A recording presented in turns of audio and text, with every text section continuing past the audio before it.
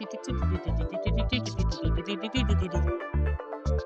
We're back. back. Hey, Hello, bullies. bullies. Hello, bullies. You know What's it's tea when you see the poppin'? two fingers touching. Yeah, And we are so back this week. we are super back. Episode 4. We're hanging in there. Give us some feedback, guys. We're getting some good notes from our bullies that listen. This is a growing organic community, and we Yes. welcome discourse. Yeah, let us know what you think. Yeah, Tell exactly. us your thoughts about the show. We'll add them um to the next episode. We love all the support, all the growth. We have a lot of subscribers, we have a lot of views. We're loving the Yeah, support. we're Oh my loving it. gosh. And this past week, we nearly was able to party with Industry Hive. I'm Almost. your host myself. I did get on the list to go to the boiler room, but of course, I was the only train that did not leave the station. My train was canceled to New York City to party with all of our friends from industry, but we live to see another day. We will see them soon. Yes, that was definitely a plot by Redacted. Oh yeah, for sure. For sure. It was a plot by. Yeah. And they will be going to jail. I cannot believe every single train left the station except for mine. If you know the two of us that are speaking, you know you actually can believe this. You So can't believe it. This is, yeah, exactly what happens to me. But th- this is so we not. live on. I did not get to dance with the girls, but it's We okay. will one day. We will one We day, will and one day. we're exploring merch. So hopefully, the next time that opportunity arises, we will be able to get the industry cast in some bullish merch. Yes. If they were ever say, "What's up, bullies?" We can get a what's up, bullies. We can get a "What's up, bullies?" We can get a DJ tag.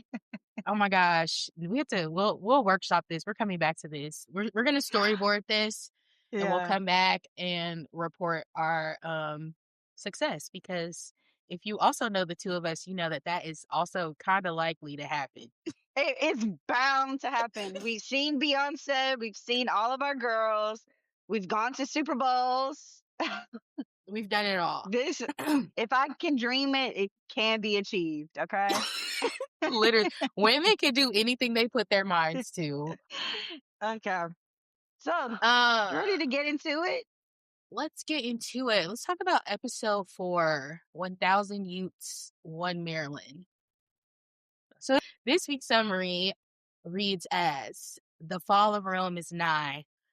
SternTao and Tender 2.0 have reached an ominous crossroads. On one hand, Harper's attempt to manipulate the market has failed, with James's Fin Digest article making little to no waves, leaving SternTao holding the bag on $250 million worth of shorts. On the other hand, Tender 2.0 is exploring some organizational restructuring that puts Yas into her long-awaited position of power, head of comms. In the background, we see each organization's support staff trailing their leaders into the abyss. As the episode name indicates, the companies and subsequently their leaders, Harper and Yas, are taking 2 roads diverged into a yellow wood. However, it seems that both may end up at the same destination. Hell. That's where, at least Literally. that's where Yasmin Hanani is gonna end up. Yasmin Hanani is going to jail and hell. Gosh. All right, let's get into it. Let's start. As y'all know, as we've been doing so far, we go from title card to title card, baby. We're gonna talk about everything in between. So to start this title card, we see Jim Diker is a bad baby daddy. What is his issue? He has a little baby. He's really in his um he is traumatized. He is suspicious. His trauma He is traumatized him. his trauma traumatized him. He is nervous. And we see that someone really did break into his house. But what is so funny is that the baby mom does not care one bit. She probably thinks he did this all anyway, so she wouldn't have to watch the baby. Like as it's like, as girl, they're as they're entering James's house, his baby mom is rambling. She is also a journalist, and she's mm, rambling about a dating piece um that she has just pitched. And she's talking about Bonnie Blue, for those familiar with that person. I'm not. unfortunately, I am not. Oh, you're not. I really am not. I'm not freaked out like you girls are, I guess. Well, I hate to break the news on the world of freak, but Bonnie Blue is a porn star, huge in the UK, I guess. Mm. Now I'm not super familiar with her work, I will say. Um, and she is notorious at this point for being the woman that attempted, I don't know if it actually happened. First, she attempted and completed having sex with 100 men in a day and Oh, documented it. And oh, then she moved on to 1,000 and was oh. like trying to game this process of basically just like exploiting herself for sex. And she was recording the whole thing like it was going Is to be this a a whole, perform? Is this performance art? I mean, so to speak. I don't know that it's performance art on her end, which is kind of like the discourse around like what is she actually doing.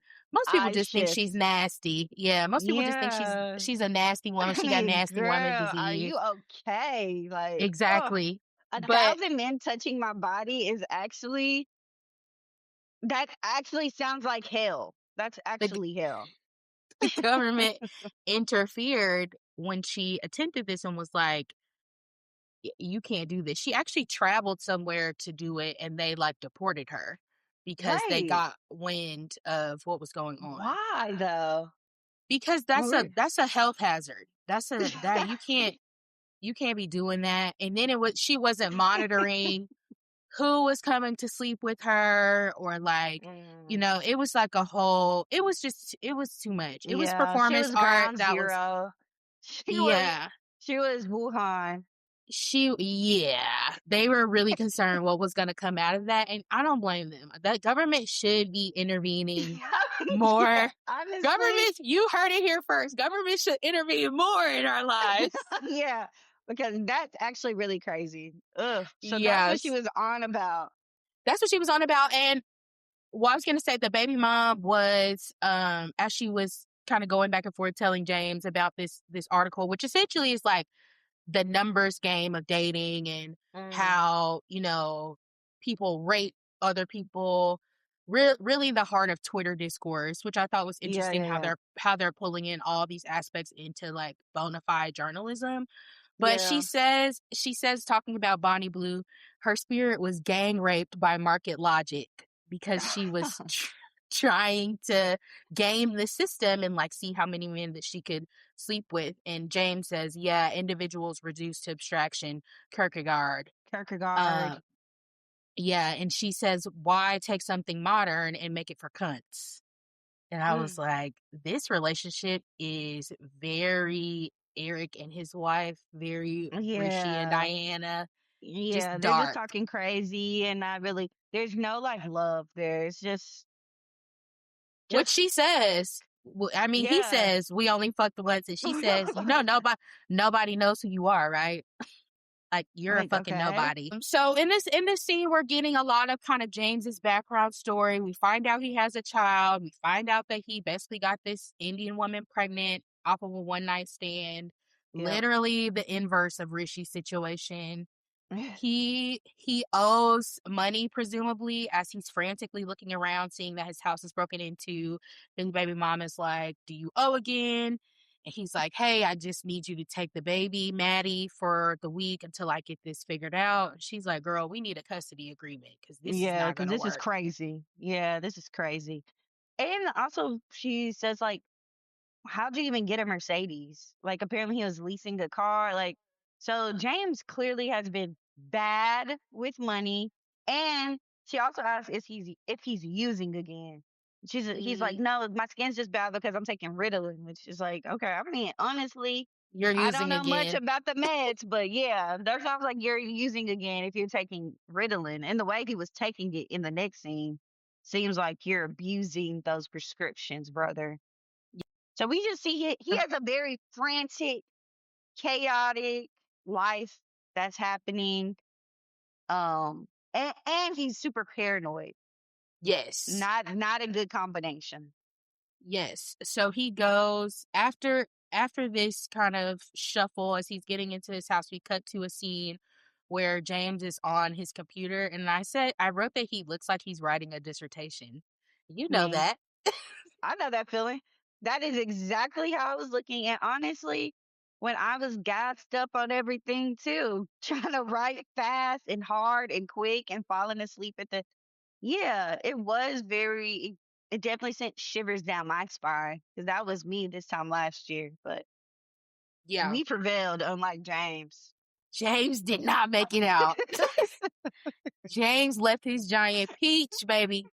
Um, so yeah, James falls asleep at his computer in a Ritalin come down, and he's awakened to to a call from his editor, and Tender has responded. Tender has Mhm. did exactly what James thought they would do, and the editor feels like they're coming in a little bit hot, and he's like, that's a telltale sign that something is off, so I'm gonna Yeah, let you go to Ghana because it seems like you were right.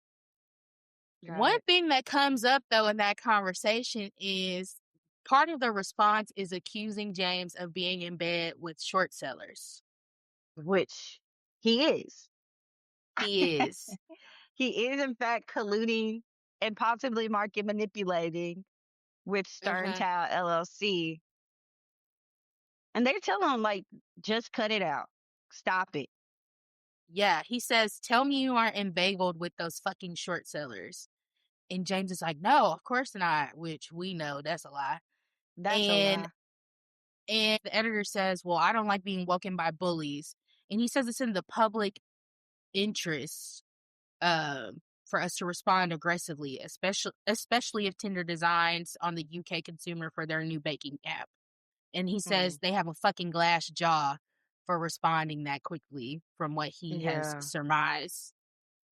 So he clocks that pretty quickly that this is a story with legs. It's going somewhere. Yeah. Um, And I think that's a good point, too, like about the glass jaw, because who was kind of pushing a harsh, quick response like that? Yasmin Hanani.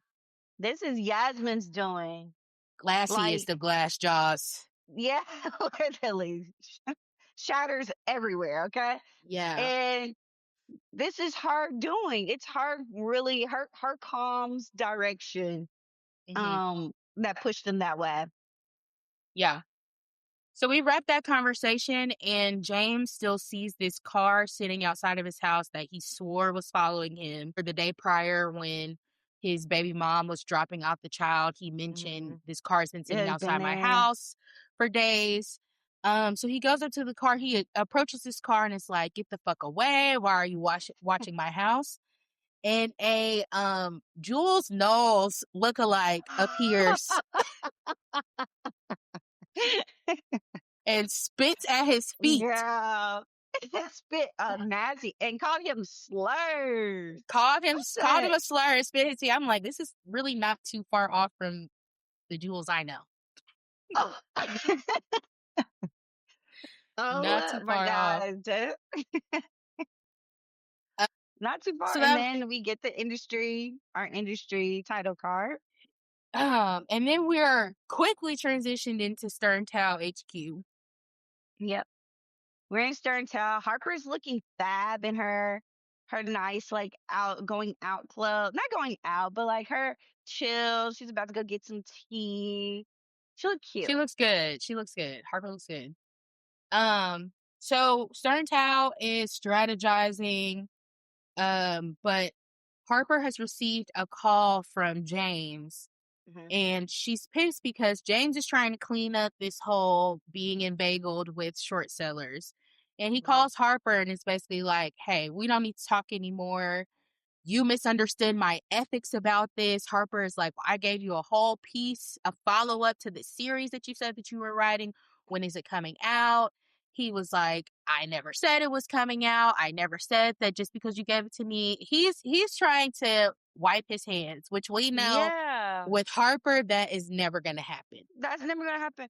And it's weird too that he just wasn't honest. Like, just be straight up and be like, "Hey, my editor said this is gonna look bad for us." Like, you've already crossed the ethical lines. Just be Yes. real about what the issue is. Don't be like, "I never thought that. You didn't believe me." That's very white man of him. And Harper just Harper does not respond well to being manipulated herself and Yeah, no. gaslit. She does not like that. So she's pissed.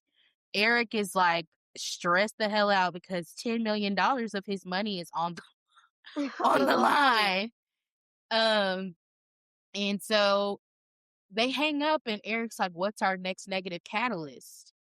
Yeah. And Harper's like, well, we can self publish. She's trying to pitch all of these ideas. And it's the issue is if they control this narrative, it makes them even more implicated and culpable of market Yeah. manipulation. There's no way Yep. that they can. Eric's like, this cannot happen.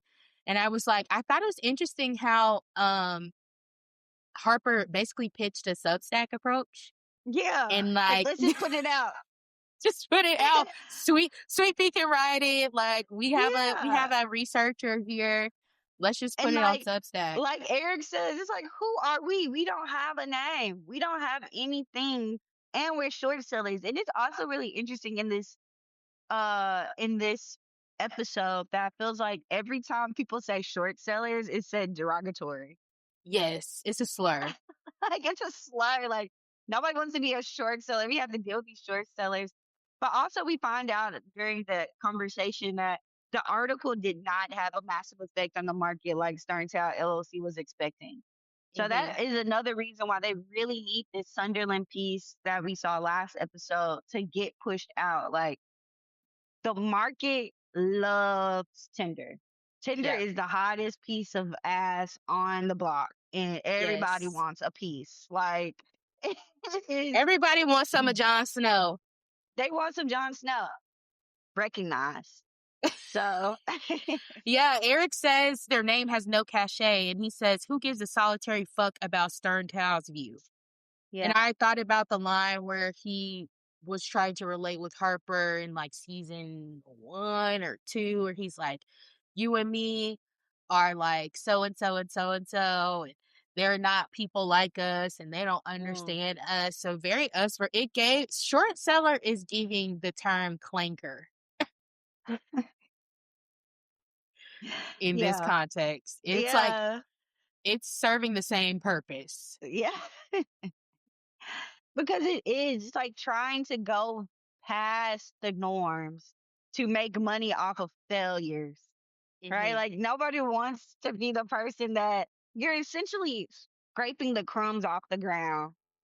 Like, everybody gets this And piece of hoping bread, that a big piece falls. You're a little dog.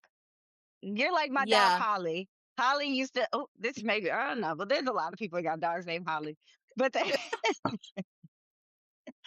well, Holly would sit and wait for you. She'll come sometimes with it's the little pieces, but best believe if a chicken bone hits that ground, she's gone in 2 seconds. She and running, and that's really what it seems like with short sellers. Like, you're okay with finding these little bits, but you're hoping someone accidentally puts their hot dog too close to the ground.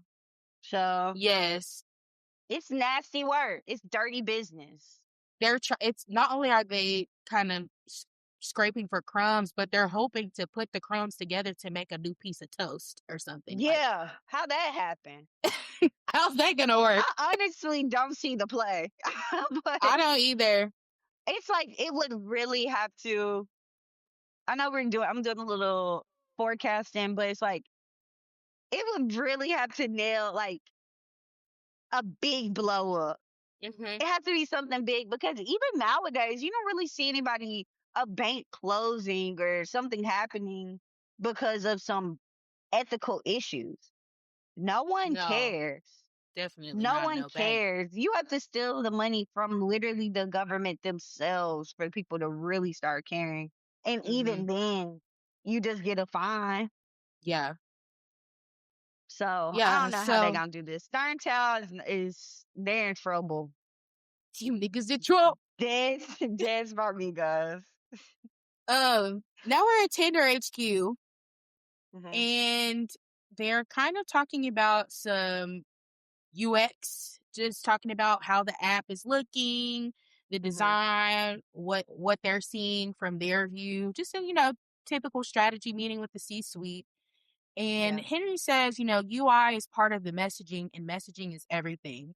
And Yasmin is right behind his ass, Just agreeing. piggybacking. Oh my God, I said we all rolled our eyes.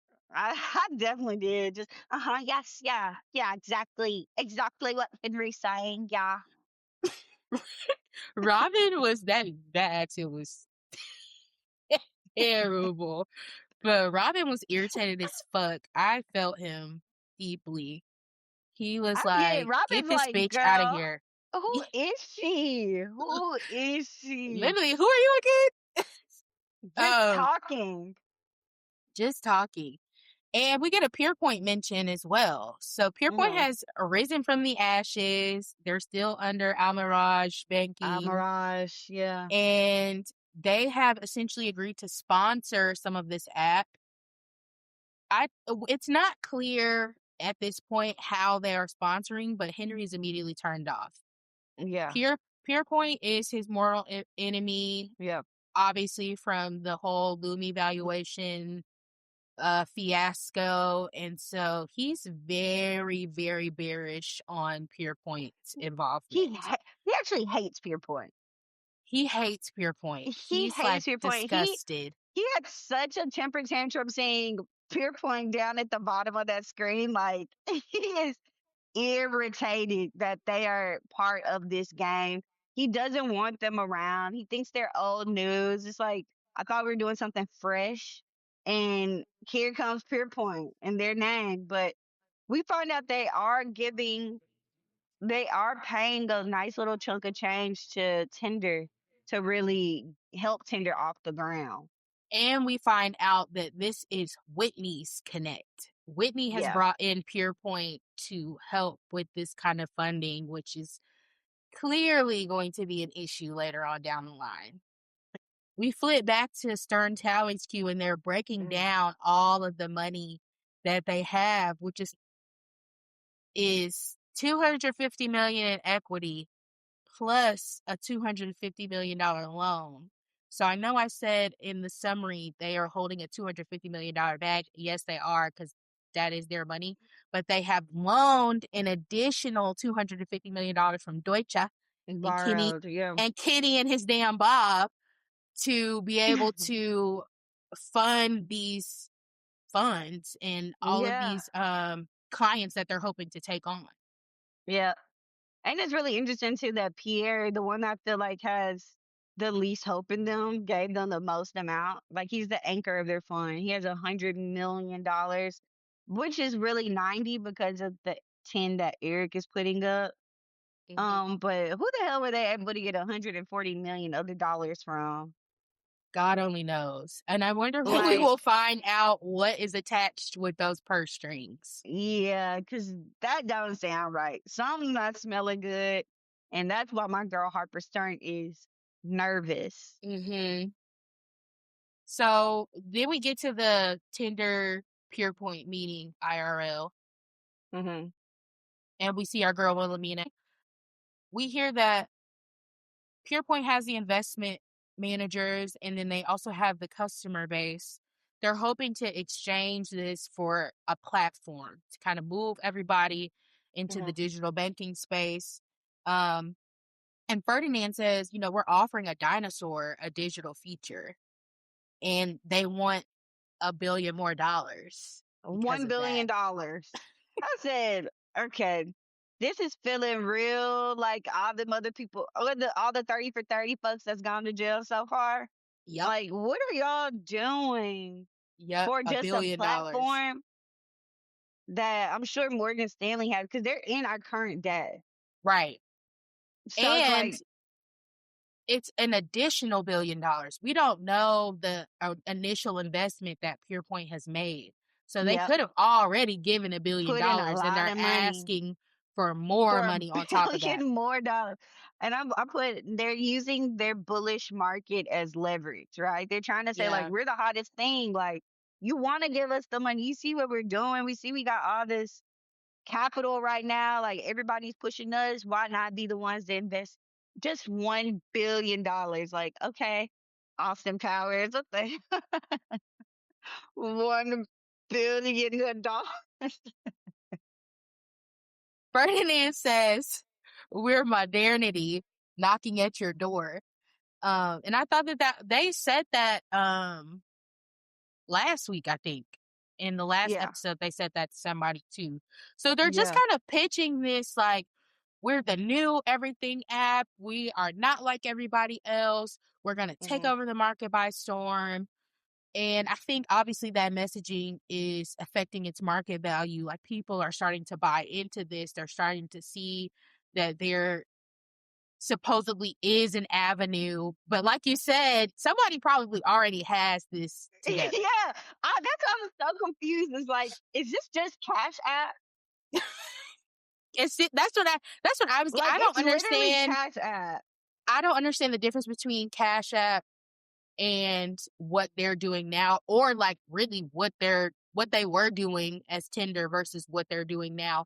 I think Yeah. the main difference is they are trying to become a financial institution, and Cash App and Chime and all of those, Venmo, they're not financial institutions. They're just Mm, platforms. platforms. So they're Yeah. trying to connect. But I had the So same, I'm like, are we not using Cash App in the UK? What's yeah, going did on? people not have that there? Is that Yeah, why they needed to go to the UK? Like, I don't know. I've never I been don't, over there, so I don't know what they got going on. But maybe that's right. part of bullish summer activities. We might need to go on a field trip. We're going to take a firsthand look into the UK's money system by going to the UK. We're going to visit their treasury. We're going to Yeah. do some man on the street interviews. How do Oh you my God, bank yeah. with, where do you put your money? Because also Yeah. they're broke in the UK. So I'm also like, Yeah. what are we doing over here? Right. Isn't there like average income, like a high salary is like 50K? Yeah, which is like Boom. 50K, and these niggas be going to school for years. They have a Like, specialized school system, and that's what you make with all of that? No. I'm confused. Land of the free, home of the 50, brave, baby. I'm trying to live on 50K here and nearly was dead. I almost died, dude. I almost died. So I can We will imagine. we will get into American capitalism at a later date. Yeah. So yeah, so they said, like you said, they said that we're modernity and we're asking for a pittance. So okay, girls. Whatever you say. Whatever you say. In between this, we're getting flashes of another strategy session with Tinder C-Suite about how to kind of approach this launch story Yeah. For Tinder 2.0. for Tinder 2.0. Yasmin is butting in, being like, we need to have a bigger, more public launch. She says that Henry should do lifestyle pods. And Robin says there should be a tariff on podcast equipment. Is this play about us? Is this fucking play about us? Like, Robin, we're on your side, girl. We're Don't on talk your about us. side. Like, But oh my in our gosh. defense, listeners, we have zero equipment if you can't tell. So this is If it sounds like shit, it looks like shit, it is. But we here have you no are. help. Thanks for keeping listening. If you're this far in, you're a real bully. You're a real bully. We'll send you a hat. Um, all two of you, we'll send you both a hat. So yeah, Yasmin is pushing for this bigger launch, that's more involved. She's really trying to make Henry essential to the company. She's trying to make Mhm. herself essential to the company, which does kind of work, but we'll talk about we'll talk about that more. Yeah. Uh, we flip back to SternTao, um, and we're we enter. I'm nervous to say this because I'm nervous about where this is gonna go. But Sweet Pea says that she's been in talks with Jonah, the co-founder of Tinder, Hmm. and that she thinks he's gonna be able to give information, but he just needs softening. Um, and I wrote, Sweet Pea, don't do it. Mm-mm. And she also suggested right before that, she suggested that um SternTao LLC devalue Tinder some. So Hmm. try to take the heat off of themselves before their app launch because everything's showing that the market is loving it. And if that app launch goes well, they're done. Hmm. Like And, they're gonna blow all their cash. And the Harper's just like, don't care, can't hear you, won't listen. And yeah, she gets into that. She's been in big talks, whatever that means, and with Jonah. Quabena says, we're moving from gray to black in terms of market manipulation. And Harper Yeah. just remained silent. So, yeah. Yeah. Erictao's 10th mil gone. I'm Yeah. like, it was gone before he even put it up, but whatever. He loves him L- some Harper. Lily and Laura will have several things to say soon. Yeah. Yeah. I think This next episode. Yeah, this first set of scenes was so fast, so Yeah. intense. So I just love the storytelling that they're doing. Let's Hmm. get into the Harper critique because this is pretty much all we see of Okay. Harper, aside from for a second at this kind of public launch. Yeah. Listeners, I hear everyone's thoughts and feelings and opinions about the lack of Harper on screen. I totally get it. We still don't know much about her backstory. We still don't know much about, you know, we haven't really gotten into the mind of Harper this season. Yeah. I think that's a good thing. Okay. And I think that's a good thing because as I was discussing with my co-host, if if we spend too much time on Harper's play, it ruins the rest of what's going on. Part of the allure Yeah. is that we don't know, like there's an element of like audience doesn't have an idea that fourth wall is still up, and Harper doesn't know what's happening on the other side. We're seeing Harper like Yeah. piece all of this stuff together. We're seeing how all of these characters literally are diverging in a wood that we Yeah. wouldn't otherwise see if we only saw from Harper's perspective. And I Yeah. get it. We don't want the white people on screen the whole time. Like, totally understand that. Totes agrees. Totes agree. However, I think all of these like themes that are showing up are not. I personally don't think they would be as effective if we only saw them through the lens of one character and one storyline in one kind of arc. Yeah. If that makes I agree sense. with that. I do. I think it's important for us, like if she's just talking about Tinder this, Tinder that, Tinder this the whole time, and like, oh, there's some shady business and Tinder going on, like we don't really get to the heart of like how Tinder is shady. Where is the roots coming from? Like, who is this sort of evil villain almost? Um, and I do understand like people don't want to see all that Yasmin and Jon Snow, but I think it is important that they have had this sort of tumultuous relationship with Harper Mhm. and their dealings with Lumi.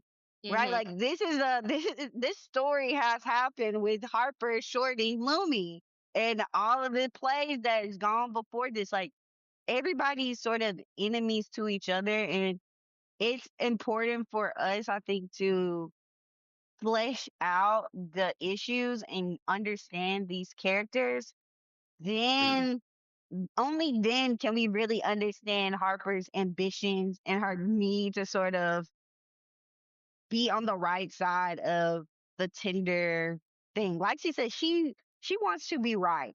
That is her goal. And like Mhm. even the few scenes that we got from her in like episode one, like is shaping how Her we're going approach. to her approach to all of this. And so we have to have these backgrounds.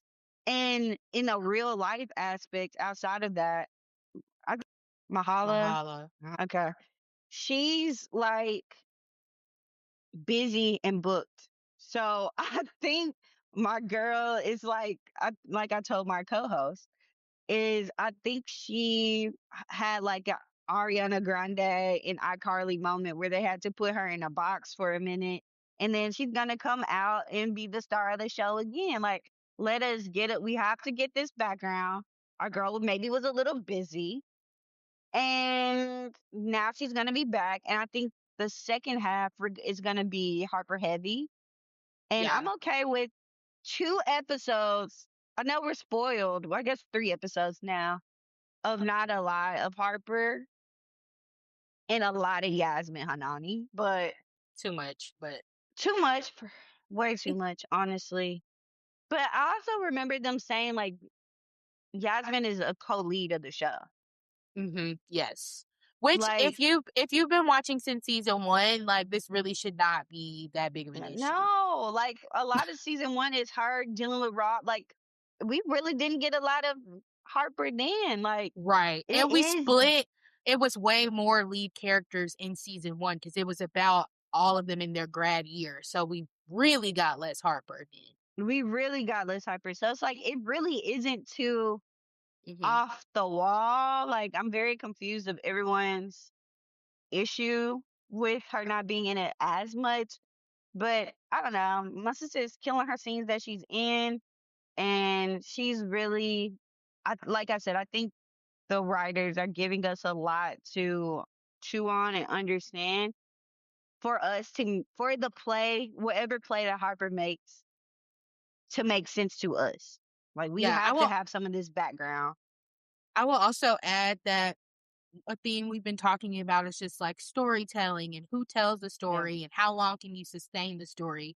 They're the way that they're kind of letting this conflict unfold and like introducing all these expositions is part of that whole storytelling theme because we're Hmm. getting to see the story from all these different angles. And like I said, Yeah. how we only had Harper's point of view or how we only had Gaz's point of view or only Henry's point of view, it wouldn't have come together in this episode, certainly not, but I'm sure over the course we don't have screeners again. Plug if you know somebody at HBO, send us some screeners so we Send can us some see. screeners. Yeah, But we'll do I justice. I promise. yeah, but at this point, like I don't think that the story would be as effective and as like grabbing as it is without that kind of different the segmenting of the story and like the different Yeah, authors and points of views as well. I do like it. I like you're saying. I like that aspect of it. I like that we're going all around to really fill the gaps of the story. Um, before we get to see what the big play and what the climax of it is, because we're not even there yet. If we're looking at, that chart that shows like how the plot's supposed to go, like we're Mhm. still going up the mountain. Mhm. We Like, we haven't have hit the not peak. reached the climax. We have not reached the climax of the show at No. all, and we're halfway through it. Uh-huh. But it Like, is we're it's a steady climb. It's a it's a steady study. climb. We're definitely climbing. Like, I can see where we're heading. Like, that that ball is going up the mountain. So Uh-huh. I am interested, but we're not there yet. Like, y'all aren't show writers for a reason. Like, relax. Like, let's see where it goes, and at the end, maybe we'll change our tune. But let me wait until the freaking end of the season, before I say too much about the lack of Harper Mm. Stern.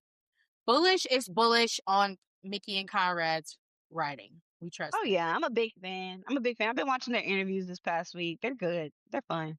Divas. Okay, Okay. so we're back to Tinder and Whitney and Yasmin have a one-on-one.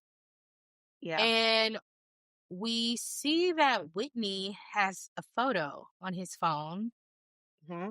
of little, speaking of someone who doesn't have enough screen time, little Miss Harper and James cavorting in the park, And a park. Sunday in the park with George. I'm like, girl, that's the biggest, you're not supposed to be in public with this man. You know. Yeah. Why are y'all going through a park? Like, go to the home. Like, at least let them catch you. Y'all both go to the same coffee shop or something. Sit in the back. Don't sit by each other. Talk on the phone while you're doing it. Like, they're new. You can tell new to it, Yes. not It true looks to it. it looks like they're in probably the busiest part of the equivalent of Central Park in London. Yeah. I'm like, Like, what are y'all doing? okay. You can't really hide in plain sight in this scenario. No, especially not if you're doing a hit piece on a company that is like multi-billion dollar. Like, yeah, he's watching you. Through market manipulation. Say it with me. Like this is illegal. This is This is illegal. illegal. They are Um watching you, girl. so Yasmin comes in. Whitney does not bring up the picture. He kind of quietly puts it away. He Hmm. stores it for later. Hmm. And Yasmin's coming in talking about they need to eventize this launch. She's still stuck on making Henry the face. She wants to really kind of center him at the heart of this company. She wants Yeah, him to like control the narrative. All these things that she's been kind of driving the last two episodes of just trying to make him essential again, like we said. yeah, And she's wanting him to have a proper role and says that she wants to give Henry a pulpit. right. Whitney thinks Henry is a dud. Yeah. Whitney's, but does she? I don't. We can get back I to think he that. believes that. I think he believes that that Henry is a dud because he was like he was a sitting duck. Yeah, I think that from what we've seen, which we'll get into, I have some thoughts on Henry's public persona, but there is this kind of tension between Henry's front facing person and his like inner self almost that is in these smaller rooms. And yeah, Yasmin, after Whitney's like, I kind of wasted a hire. Yasmin's yeah. like, he's getting his confidence back. And Whitney says, slowly. Slowly, slowly. Um, but then Yasmin pivots to ask about Haley. Hmm. And she says, have you thought about a future for Haley and the company? She might have information to help with Diker, but she might need sweetening. I didn't like what she said that. I didn't like that either. Like, you either do the like. I don't think that Haley wouldn't have said it just because. You know what I mean? Like, she already told you in confidence. Like, does that mean she Yeah, wants a play? Like, she needs a play for information of her assault? Question mark and on assault or asterisk by assault. definitely asterisk. We will first put a pin in We that. will get back to that. But when she said Haley needs some sweetening, it made me think about in the scene before where Sweet Pea said that Jonah might need softening. Softening. And Yeah. I'm like, this sexual imagery is kind of invoking these soft skills negotiations, like Yasmin said, when talking about this, trying to get more. It's an article. Yeah. There's an over reliance on sex from these two characters in particular and how they're kind of moving through the world. I do think a key difference with Sweet Pea is she knows what she's doing. Yeah. She's smart. Yasmin. Yasmin, not so Yes. much. Not so much. So she says that Haley might need sweetening, and Whitney basically stops her and says, bright young things attract bright young things. Oh, And he says, speaking of bright young things, are you still friends with Harper? yeah. And Yasmin nervous laughs and just says, why? She's not confirm or deny. And he says, I got a suspicion her venture's short. Mm. And Yasmin is like, well, she's probably being instructed to do this at the behest of her Former mentor, boss. her former boss. She calls him a poisonous double act and says they Yeah. like to enable each other's worst instincts because they're fucking insecure. I thought this quote was pretty telling of how stupid Yasmin is. Because why do you not know at this point that this is all Harper? Are you Like, slow? are you slow? Have you? What is wrong with you? I said, first of all, she's jealous and she's stupid. 100%.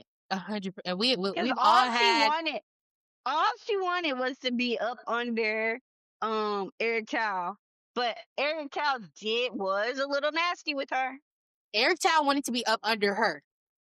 Yeah, that was really nasty. So recognize that she doesn't like him. But for whatever, she knows that Harper's evil Yeah, to an extent, or doesn't have morality, or whatever she says. She knows that about her, but she still sees the best in her for whatever reason. Or she thinks that Harper's actually the one that's just being manipulated, and like, this right. really isn't her. Somebody else must be putting her onto this. And it's like, girl, no. Also, she's had sex with this man. She's strapped with Whitney. She's strapped with, which Yasmin still does not know.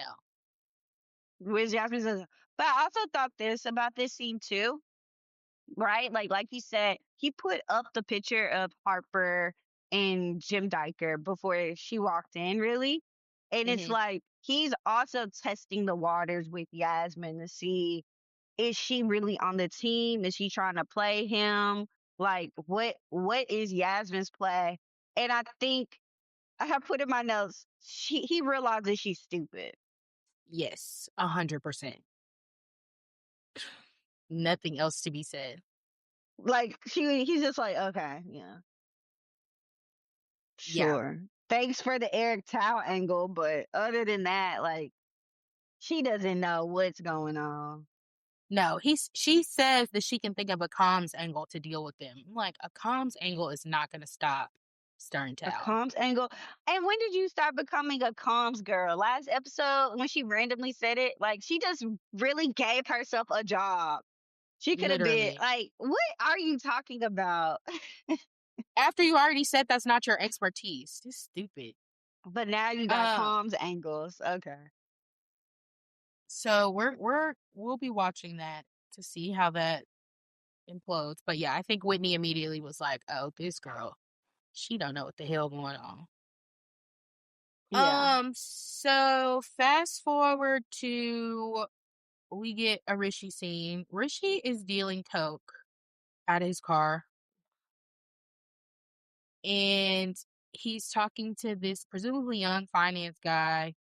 And the guy's like, "Do you have liquid mushrooms?" He's like, "Girl, no. This is for the working No. man. This is for the working man. You can't." He looks at his get up, which he literally looks like he worked at Pure Point, and was like, "You can't Yeah. have that much chalk in a front office position." I'm like, "Oh God." Okay. And Rishi is like co-dealing with a young prostitute, a young sex Like, worker. what is it's hard out here for a pimp is going on. Literally. Why is Rishi? Rishi's on his Terrence Howard. Rishi in there saying, "Bang, bang." What is going on?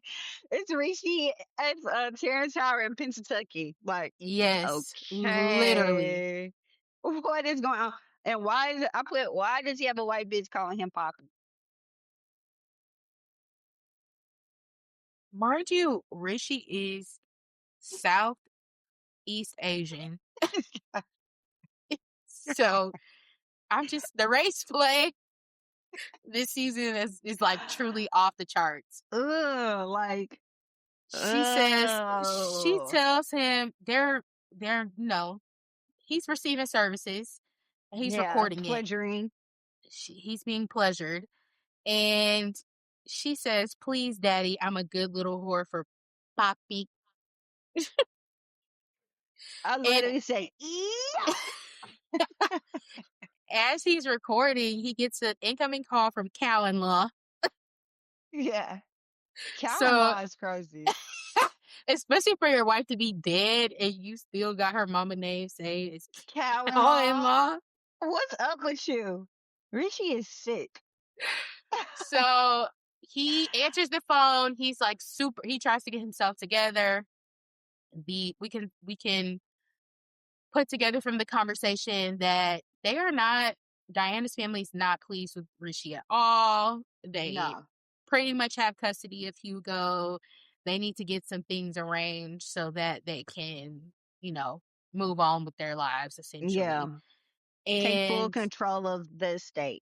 yeah, Their late daughter's estate. and Rishi is like, you don't have to apologize because she said something. And she's like, this is not an apology. It's not apology. Not apologizing. So she's just very cold on the phone, rightfully so. She's very cold. Rishi is trying to temperature check what they're willing to say. We can assume he's not seen his son. Yeah. And she makes it very short, says, we need to get together, handle this business, and hangs up. And Rishi kind of goes blank and says, they took my kid away from me. And this young hoe in the car with him says, maybe they have their reasons. And he says, you ever try shutting the fuck up? That's what I thought. That's what I thought he was gonna get her. I'm not gonna lie. I was like, this is really giving hard out here for a punk. Literally, but he knew better. That's all he Yeah. needed was There's another another charge. one on a white Another woman, one. Ooh, which that's the we'll get problem to. now. Stay away from these damn white ladies. Shit. Like, what are you doing? We're back at Tinder. Back at Tender, Yasmin is still trying to develop a strategy. She brings up this like online. It sounds like what's it like a Barstool kind of collective or something that does streaming or something like that. And she's trying to get more buzz around this still. Yeah. And Whitney basically says, I haven't connected with them because that was Jonah's contact. And I started this because Yasmin literally is ascending into Jonah's role in terms of his like character in the company, how he operates, the sexual harassment, the saying anything, the loose Doing morals, anything in doing the anything. office. She's kind of assuming Yeah. that Jonah position, which can only Yeah. It only goes go bad. poorly. And Whitney's like, whatever, do what you got to do, but I have to go to Accra for 24 hours. And Yasmin's like, why are you traveling so far for such a short trip? He's like, I have a 3 p.m. meeting. And she's like, He's for like what? small management issues, need on hands-on approaches. Like, what are you talking about? Mm-hmm. What does that mean? Yeah. Very vague. He stays pretty vague about that for this whole, every time Accra comes up, he's not straightforward about it. But he flips to Haley to distract Yasmin and lets her know that Haley's staying behind to help split Henry's work. And he says to Yasmin, let her take half of his load off of you. I said, so Whitney knows. What? How does Whitney know? I think Haley I told know, him. but we can get to. I bet we can get to that at the end of the story. Haley told his ass. Haley knows. Yeah. Haley has told everything. Haley has told everything. Every single bit. If I can put my tinfoil hat on for a second, I think that once Haley started poking around too much about how his last assistant left, Whitney had to kind of strike a deal in a sense. And before we got to that pre-oyster scene last week, she mentioned that Haley mentioned that Whitney had tried to do something with her and she left and came to them. So I don't know if that was part of the setup, if that was truthful. We really don't know much about Haley, except that she's literally going to show her ass this episode. Yeah, and she's literally. And she's always at the scene of a crime. Right. Which likely because she is the assistant, but also what's your involvement? What's your involvement? Why are you always involved in it? Exactly. You can't be wrong place at the wrong time every time. Every time, girl. Every time. That just Mm, don't seem right. Something's in the water. something's off. Yeah. So then we get to the Sweet Pea Jonah conversation, hmm Jonah is in and a booty club. Jonah's Jonah, in Shakers. Jonah's in. no, Jonah's back at Magic City where he spent $4,300 as part of his corporate spending package. Jonah, it looks a little too shady to be that. Jonah's not the nice looking girls. He's Like, at have you been to what's the other Magic one? City? What's the other one called in Atlanta? Blue oh god, It's a not Blue di- Magic. it's a diamond Blue one. Blue something. That's what he's saying. Like, yeah. But Or he's at the strip club spilling tea. I said, name the messiest bitch you know. It's a always a man. man. Um, and Sweet Pea's like, did I catch you at a wrong time? And he said, just interrupting the prologue to a story I won't be able to finish. I said, ugh. Yeah. Um, but also I noticed Sweet Pea is talking to him like a phone sex operator. Yep. So how Because did she connect? that's what I said. I said, oh, so that's how they got down. That's how they Mm-hmm. got down. That's how she's made this connection. That's why she's like, she had a lot to say. Mm-hmm. Sweet pea. I guess you're using it for good, unlike Yasmin derogatory. Yasmin has no strategy, critical thinking about any of this. Like at least Sweet Pea is approaching this from a more strategic place. Yeah. She just probably sent Um, him some nasty pictures, maybe a little freaky vid. that's all it takes. That's That's all all it it takes for takes. Jonah's nasty ass. All of them in the industry. Um, so Jonah starts to kind of unload, for lack of a better term, on Sweet Oh Pea. God. Say, No pun intended. no Jesus. pun intended, but he's just kind of talking about how Whitney tends to operate. He says that, he's in the process of suing him for defamation. Sweet Pea's like, don't you want to bury his ass? Like, wasn't he a shit to you? She's trying to, like, get him riled up so that he starts talking more. Again, Yeah. men are very easy to manipulate. Yeah. And he says that Whitney is like rabidly social, but he never seemed to fuck.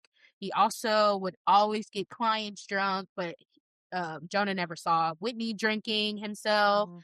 Um, and Sweet Pea is like, well, do you have anything that I could use? And Jonah reveals that he has these emails because he's been subpoenaed and he's suing Whitney, and that a lot of them are redacted, but she's welcome to have whatever is there. Yeah. Whatever's there. She And basically gives him. He gives her the Epstein list. yeah, It's 1,000,000 pages. It's a lot of like spelling errors and nothing. But then I'm sure there's a lot there to mm-hmm, unravel. Probably a lot of code being used. mm-hmm. Because at first when she does not engage in phone sex with him and asks Yeah. him about his company, he's like, what the fuck? And tries to hang Yeah. up. And she Yeah. says, no, no, no, no, no. Wait, wait, I'm a wait, wait, wait. researcher. I'm an analyst. We need this conversation. Just stay with me. Stay with me. Stay with me. Come on. So Jonah literally shares all of this information. I don't know if he was expecting her to actually follow through on it, but hmm afterwards, she says, I hope I brought you pleasure in unexpected ways. And he hmm says, do me the courtesy of burying him deep enough so his kind don't respawn again. What do you mean by that, Jonah? Respawn. What Like do you he's mean by that? Rosemary's baby. His kind? His kind. What is he Respawn. doing? What is he doing? What's Seriously. going on in Africa? This is giving Epstein list stuff for real. No, for real. Like Whitney has an island somewhere. Yeah, there's So something in Africa for sure. so we get to the mucks. Yeah, and honestly, for the people that I don't know why you wouldn't have watched the show and listened to this. The rest of the episode for like the next 20 minutes, it's all about Tinder. We're at Tinder Mm-hmm. headquarters, we're at the Tinder lunch, we're at the Tinder after lunch, the pre, the post game, the game. Yep. It's all Tinder. It is Tinder heavy. So I think that's also what got people being like, what I the will say hell? it didn't feel like 20 minutes of Tinder though to No, me. because we do get a bit of that Rishi moment and stuff like that. But like, it didn't either to me. But I do, when I was doing my notes for it, I was like, okay, I see your point, I see your but point. I do think this was necessary. So when we get to the mucks, um, I shared with my co-host. I was listening to another recap pod, which I will not name because only one Mm-hmm. thing gets free publicity on Bullish, and that's industry. Bullish. Yeah. Thank But you. um, on that podcast, a listener had written in and said that Lord and Lady Muck is basically a pseudonym for you people in the UK who think more highly of themselves than they are. And I was Mm. like, that's fucking hilarious that these two idiots are literally Lord and Lady Muck. Lord and Lady Muck Um mucking about. so Yasmin is trying to give Henry a pre-game pep talk, and Henry is still stuck on the pure point of it all. He can't move past that. He's genuinely seething that pure point is playing such a large role in this episode, not in this episode, in this company launch. Yeah. And Yasmin is pitching that he needs to do this public speech. He needs to be the face. He needs to be at the forefront. And she says that she's already talked to Whitney about it, and it's good. Like, he's okay with moving forward. It's all set. Henry says, why are you two colluding on what is clearly an executive decision? Right. I couldn't. Henry asked all the big questions in this scene. He asked, Mm-hmm. first of all, the big one, why is Whitney in Africa again? Yes. That's the first thing he asked. And then, why are y'all two colluding? Why are y'all meeting? What is going on? Yes. He is, and Henry continues to ask the big question. This is also part of why I don't mind the Tinder muck interruptions, because he's asking what I want to fucking know. Yeah, Henry's moving the plot along. Henry is moving the plot along. He's like the narrator almost Yeah, he's at this asking point. what the audience is wondering and Uh-huh. allowing the story to play out. Yeah. And he's getting more pissed off whenever a question does not get answered, Yeah, especially not the way that he wants. So he says, why is he in yeah. Africa? Doesn't really get a response. Why are No, you two colluding? Yasmin starts to answer him, but it's like, you know what? like Fuck that. I don't have I, to answer for. she said, I see it as integral to your success, to our family. Like, I don't have to answer shit from you. I am in this. I'm a paid consultant. She's a comms director, girl. Not even yet. She hasn't even gotten her promotion yet, and No, she's she just hasn't. But so that's what she thinks she is. She's a part of the sh- comms she's team. embodying comms director, chief communications officer. Um, and Yasmin starts to try to get a little sexual again, and Henry's like, "Not here. Not in here.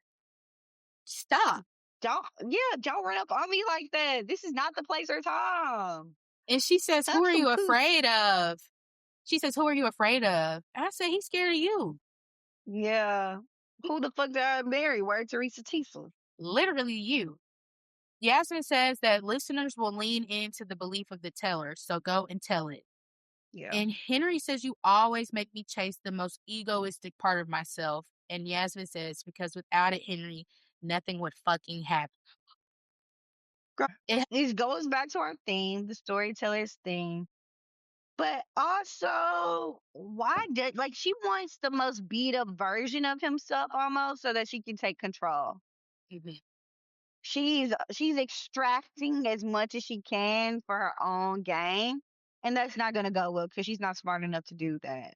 I think it's coming from what I said either an episode ago or 2 episodes ago about she's approaching this as a woman. And when Yeah. she was in this situation and she had to exploit her own trauma, she was at her absolute lowest.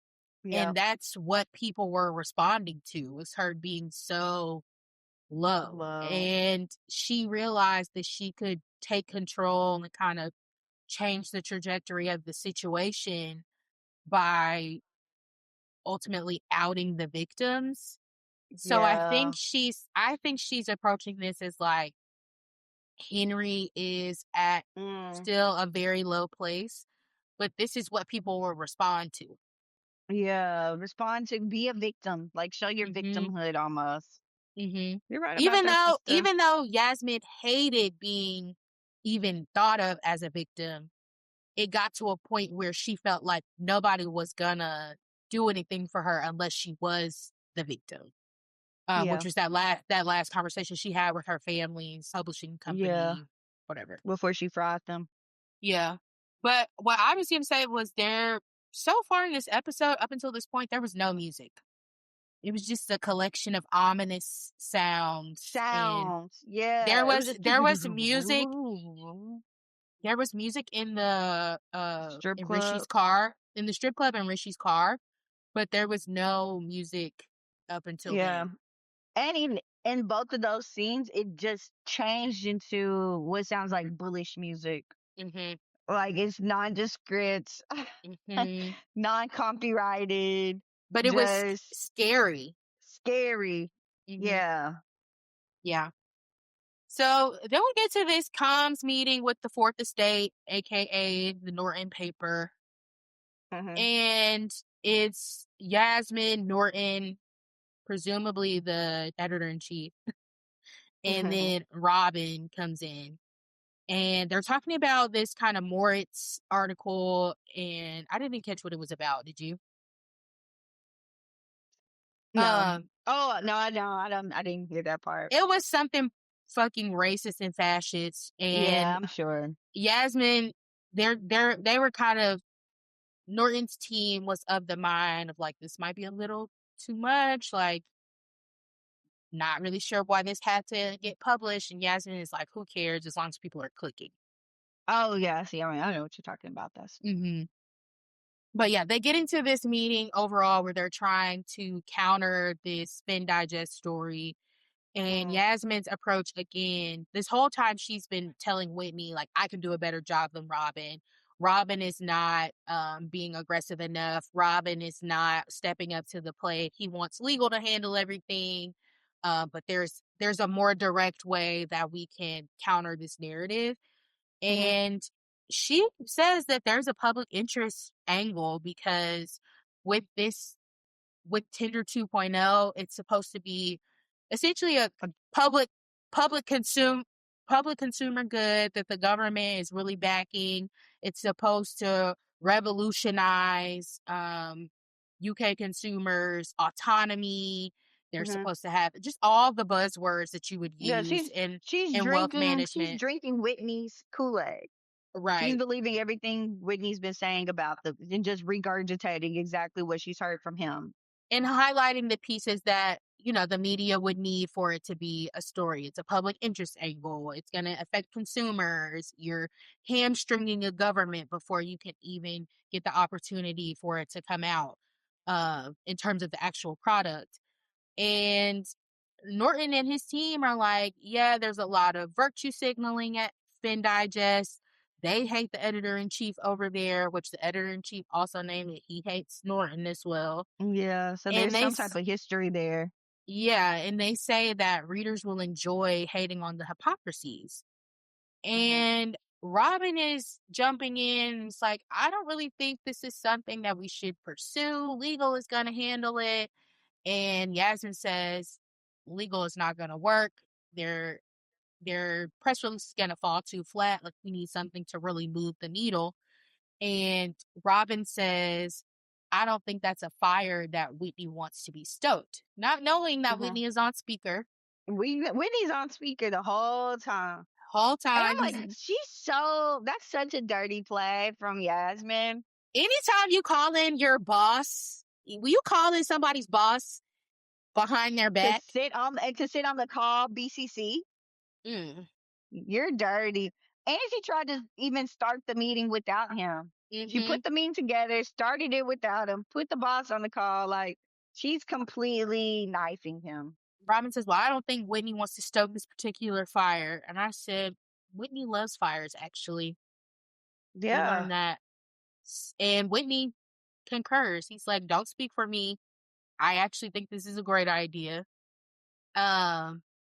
And essentially they agree to move forward. Norton says that public stoning hypocrites is like bloodletting. It makes us feel Yeah. better about our own hypocrisies. And from there, it's a done deal. They're like, do you have any proof? And Yasmin kind of looks a little nervous, but then Whitney jumps in and says, yes, I'll send it Yep. over. And That's all that. finished. That's that. Now it's going. So that's in motion. They're still in this boardroom, and Whitney dismisses Robin over the phone. He says, you're no longer needed. And once he leaves, he tells Yasmin, you're right. Robin's not aggressive enough. And Yasmin says, he's a little bitch. Like, whoa. That's such I a said Jonah Yasmin. line. Yeah, I said Yasmin thinks she's so hot shit. She She thinks does. she's so hot right now. She does. And he talks about Harper, and Yasmin says that she wants to bring her in to kind of see, How what's at big it stake, is. how big this operation is, what's at stake, and just to let them know, you're going up against a giant. It's pretty much a David and Yeah. Goliath story at this point. And Yasmin says morality might as well be fucking Latin to her. Say, girl, boo, you're one to To fucking who? talk. Want to Right. talk. Want to talk. Like, so dirty, so nasty, so insane. I do not like Yasmin. Mm-mm. Yasmin, you used to be like on my heart a little bit. Like, okay, like I don't love her, but let me give her a chance. Now it's like the chance is gone. You're bad. You're nasty. She was always too stupid for me. And Well, it was just like, oh, she's a she's victim. It's like, you know what? yes. I stand with victims, but now it's like, well, you're a victimizer.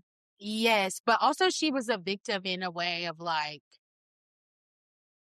before everything kind of came out about her, it was like everything is happening to her and her only. It was Yeah. very much poor little rich girl Yeah. until she was no longer rich. Until it became a tragedy, but then like you said, she became a victimizer, so then it was hard to even support that. Yeah. Um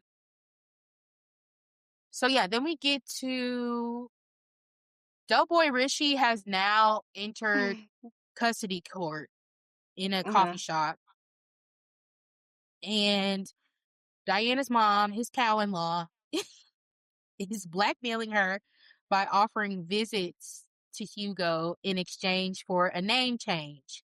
She Yep. claims that they want to go back to Biarritz to their house, to kind of just see they haven't been back in a while, and Hugo needs his surname changed so that he can get a new passport and be able to travel with them outside of the country. She says that it's temporary. Do you think that's temporary? No. No. I said Rishi's nightmares continues. The mother wants the baby. I Mm-hmm. mean, if they're changing the baby's name to their last name, like, you're done. Yeah. And Rishi knows it. That's why he signs it. He knows Mm-hmm. it's just like I can't. Also, like, I think what the Pennsatucky said in the card to him really hit home. Like, I am selling dope out my car to finance bros In the middle of the with day. in the middle of the day with a white girl calling me Poppy. Like, I'm in no place to be raising a baby boy. Mm-hmm. At one point, he looks over at Hugo and asks Diana's mom, "Does he know me?" And She she's doesn't even just like, answer. "Girl, this is what are you even talking about?" Anyway, anyway, Literally, anyway, please sign here. sign here. And Rishi asks, is he ever going to be able to be alone with him? And she said, I don't think that's a good idea. Yeah. And he ends up telling her, I think at this point he's kind of coming to terms, like you said, he was really convicted in the car after selling coke and getting his dick sucked. Ugh. And he was he was feeling like, I'm not really in a place to raise a child, but I think he was trying to gauge, like, should I try to turn my life around? Should I try to get out of the deadbeat dads club? What should I do? And she kind of let him know, I don't really give a fuck what you do, but you aren't going to get this child. Yeah. Do what you want. Right. He ends up saying, thank you for being so civil with me. And she says that any anger that she feels towards him is dwarfed by her faith in God. And that despite what your actions say, even a man like you doesn't stand outside his grace. Like, okay. I don't really think Rishi's Preach to. particularly, yeah, I don't think he's particularly religious, but I do think No. that made him kind of feel like shit a little bit. Yeah. It just pushes in on his art, like, I don't know. Yeah. Just chaos. Like, dang, I am really out of control. hmm Um, so we get to launch day. We're launched there. We got the whole bit. We get the beginning, the middle, the end. We get the whole day, which is really interesting. Usually with something like this, they'll spread it out. A lot of hmm shows spread it out over a couple episodes, but we get the fullness of what happened with all the characters that day, which is really interesting. Yep. So we're backstage of the launch, and we see James arrives in the audience. Haley spots him, and she panics. I said that she was having a morality attack. Mm. She flags Yasmin down in the back hallway, and she says that she sees him in the audience, and Yasmin is on her phone. She doesn't really give a fuck. She's like, well, I mean, if you want us to ask him to leave, we can. And Yeah. Haley is very she's this nervous energy. She's like uh wringing her hands. She's just, you can tell that she's shaken by this in a way. I don't think it's necessarily James, which we'll get to, but she's shaken. And Yasmin is like, do you suffer from anxiety? She said, I do sometimes. Try magnesium. Like, girl, She's she like, can't see a play at thank God. all. Thank God Yasmin is not HR. Thank God. Um, and so at this point, Haley's like, well, no, like, I just am feeling a little bit uneasy about what happened between me, you, and your husband. And Yasmin Whoa. stops and is like, well, we're all consenting adults. And this is where this is where Yasmin became, I started to Her see her, daddy's son. her morph into Charles Hanani in our faces. This was her daddy's son.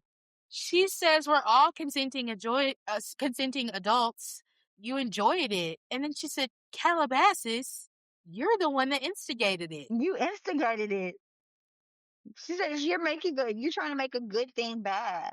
You're sublimating experiences. I said, Yasmin is so scary. That is so scary. And then what's so crazy is she knows that she was wrong for that. Yes. And Like, then tries to flip it and be like, really, I guess the sublimating experience is like, really, the bad issue that you had was the one that you had with Jim Diker. That's the issue that you had. Like, that's where it was bad. Didn't he assault you? Can you believe that he assaulted you? That was the assault, not me, him. That was the real yeah, assault. yeah. Like, Like, don't worry, we'll get him for you. And what? then she gives her a hug and like a kiss on the Kiss head. on the head. Mm, That was this her daddy. that was her daddy, but this to me also was that whole dynamic of caretaker and spectator. She was stepping into the Mm, caretaker role with Haley. yeah, And I also wrote that she was repeating that dynamic with her and Venetia, that new grad from 2 seasons ago. yeah, Rob's ex, yeah. when she was assaulted by Nicole, and just the whole like, I won't tell anyone, and just not really handling it and turning it on her instead. Just like, Yasmin, you are fucking lost. For her to claim to know so much about social graces and how to engage with Mhm. people socially, you don't have a fucking clue. She has no clue. She's No. never, he never has a clue. Um, but then we get to the actual pregame. Henry is pumping himself up. No, pump it up. You got to You pump got it to up. pump it Don't up, you showing know? all them muscles. He was giving, he was giving when Jon Snow was a wilding. I don't know, Yes. in Game of Thrones, this is when he was with Yes. the wilding. He's, that's okay. Rough and He's giving tumble, us that boo. that current TikTok trend where the boys are doing their how do you say this? They're doing push ups and breathing heavy in the mic, child. That's what they doing on the TikToks. That's what they doing on the TikToks. Everybody is just so fucking horny and just ugh. So yeah, Henry is doing a little pump up, pregame pump up, doing some push-ups, and in walks Whitney. And Yeah. Henry says, "What the fuck is this disappearing act to Africa?" Yeah, us. Yes, thank you, Henry, for asking the questions that need Thanks. answers. Henry asked the big questions. Yes, and Whitney says he's smoothing the adoption of our app. And then Henry How is kind it of, happening in Africa? and that's why Henry ignored it. Henry moved right Yeah, past. He's like, you know what? I am not even about to get into whatever this that right now. means. Literally, whatever Whatever that that means. means. Um, and he's reiterating that he's not comfortable with with the relationship with PurePoint, and that the app shouldn't be a Trojan horse for capital markets. And Henry's energy is very like he's extremely stressed. He's Mm-hmm. very he's rattled too, but in a almost like a shaken bottle kind of way. Like he feels like he's about to Yeah. explode.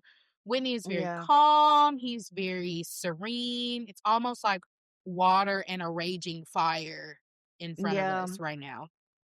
He's really Uh, trying to soothe him. yeah. Whitney's trying to remain calm, and Henry ends up getting in his face and says that, I don't want my role to be ambassadorial. I want it to be financial and strategic.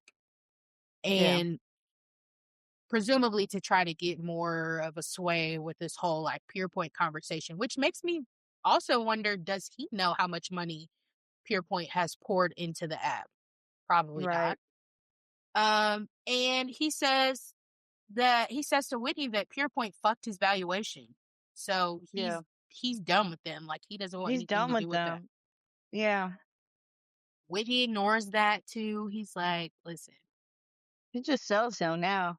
go out there and tell them about your conscience. He's like, don't even worry about any of this. Like, you need to focus on the task at hand, which is selling this company. Tells him to tell him about his conscience. And Henry again is like thrown by everybody trying to force him to trauma dump everywhere. Yeah. He's Yeah. really trying to get out from under his old life, Failure. his depression era. He doesn't, which, hey, Yeah. I feel I you get on it. that. I I feel get you. it. But I also do think there is something to humbling yourself and admitting what you were going through and like why you maybe moved the way that you moved. Even though like with Lumi, it was just like you just had no business doing that. But it was Yeah. fueled by something deeper, which is really what they're hoping to kind of exploit. Right.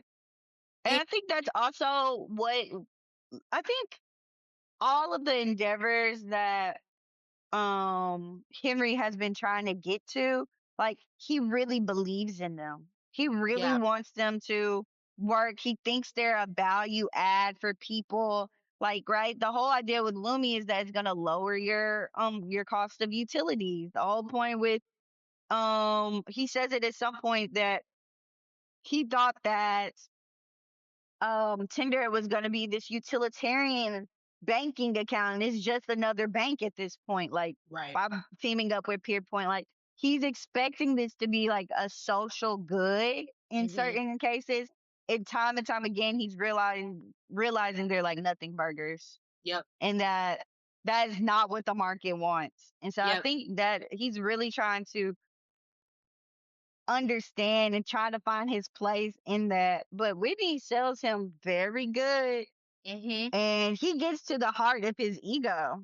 Uh-huh. He tells him, it's just a day, it's just a speech, it's just deliverance. And Henry says, don't bullshit me. And Whitney says, I look at people like you and I innately believe in them more than I believe in myself. Everything in Yeah. me screams, you are more, I am less. And then he says, you're a man I'm incapable of lying to. And honestly, I feel like that's what he wants to hear from Yasmin. Yeah. I do. I do think that. And I think this is really trying to build like a almost dom sub relationship Mm-hmm. between him and Rob. And he's Mm-hmm. really trying to like I don't know if it's honest or not, but he at least wants him to feel superior to him in a Mm-hmm. way. Like keep giving you the upper hand, make you feel like you're so high so I can do anything under you. He's trying to build his And I confidence too. yeah, he's trying to but it's like by saying you are more, I am less, like that honestly, to a certain extent, I don't think that gets to the heart of Henry Muck and like what he wants from people. No, it gets to Whitney's heart. That's Yeah. that's what Whitney That's is what wanting he to wants. hear. Yeah. Yeah, but that's not Henry. Henry, I Mm-hmm. really think he wants to be he he wants his riches, but he wants to be of the people. That's why he goes to the bar with the people. That's why he's always trying to do things for people. So like that was odd. Yeah. I said, and then Yaz walks in on her by the waist. Mhm. And that's the other thing is like it is really psychosexual, but I don't think it's like I don't really think that Whitney wants to sleep with Henry. I don't know. I don't really feel like I feel like it's the whole sexist power thing, sexist control. I Yeah, don't think there's a true I'm attracted to you, I want to sleep with you. yeah, I think that's true. I do agree with that, and I think if they do have sex or something, he's going to film it and he's going to use it for blackmail on Henry. Right.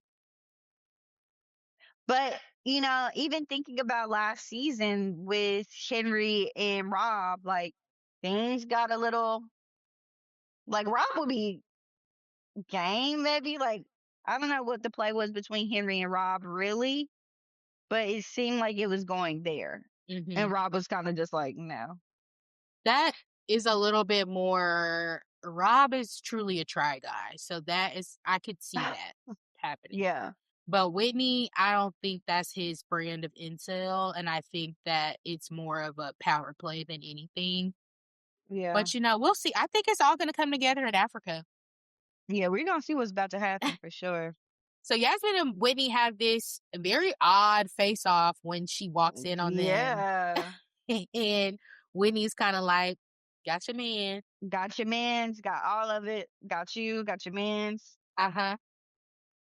So Yasmin comes in to do her part of the pregame, and they get to backstage, and Henry is just so nervous. He's a wreck, and Yasmin is standing beside him in her Hillary Clinton pantsuit, Yes. and Yeah. Yasmin is standing there in her gladiator white suit, Yeah. and she's telling Yeah, her Henry chandelier. her Shonda press and her bust down, and she's just Her standing bust down. there trying to, calm Henry down. Henry sees Lisa, who we had just encountered at this regulator meeting, also head inquisitor for the Lumi inquiry. So there's just a lot of Yep. bad blood there. And Yep. he tries to be really humble, like you said. He really wants to be a man of the people. So he says to her, I appreciate you doing this. Like, thank you so much for being willing to do this intro for me. And she says, girl, this is all your wife's doing. Has she not sent her political artists on me, her political cartoonists on me via your uncle's paper? I wouldn't have been doing this shit at all. She said, do you know how ugly political sketch artists make me look? And I think at that point, he's kind of faced with the reality that he didn't really get this based off of merit like he thinks he did. Thinks he did. Yeah. And it induces a panic attack. And he Yeah. asks Yasmin for a lorazepam. And Yasmin says, I don't think that constitutes a relapse, which I agree. Bitch, you need some tougher skin. You need to calm down. Or at least try like a beta blocker. Why do you have to do lorazepam? Like, what? You need to be functioning. Yeah. And she says, well, sure, you can have one. And he said, why would you say that? Why would you say that? Why would you And, do that? and she said, are you fucking testing me right now? Do you think it was a test?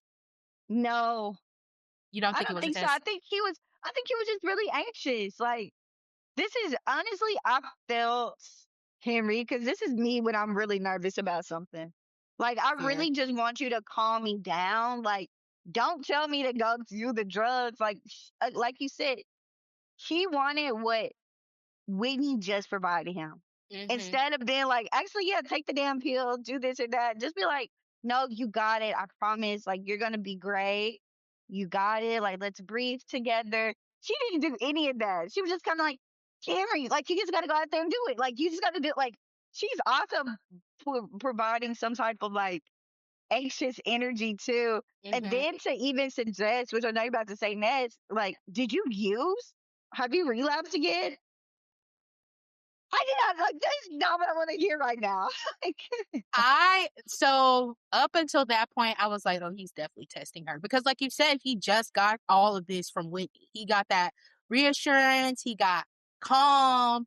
And this is also why I think that this relationship or whatever between Whitney and Henry is not like a real thing. It's like Henry is yeah, searching. He wants something that he's not getting currently, and it just doesn't really matter who he gets it from. But his yeah, daddy issues are probably going to drive him to a man. yeah, yeah. And again, just give him the.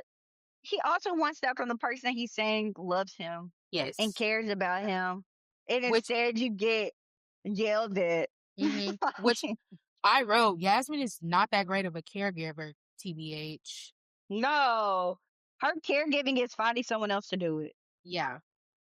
Um, so Henry's like freaked out. Yasmin just accused him of using him of Using, drugs seconds before he has to go out and speak. Because at this point, Lisa's doing his intro.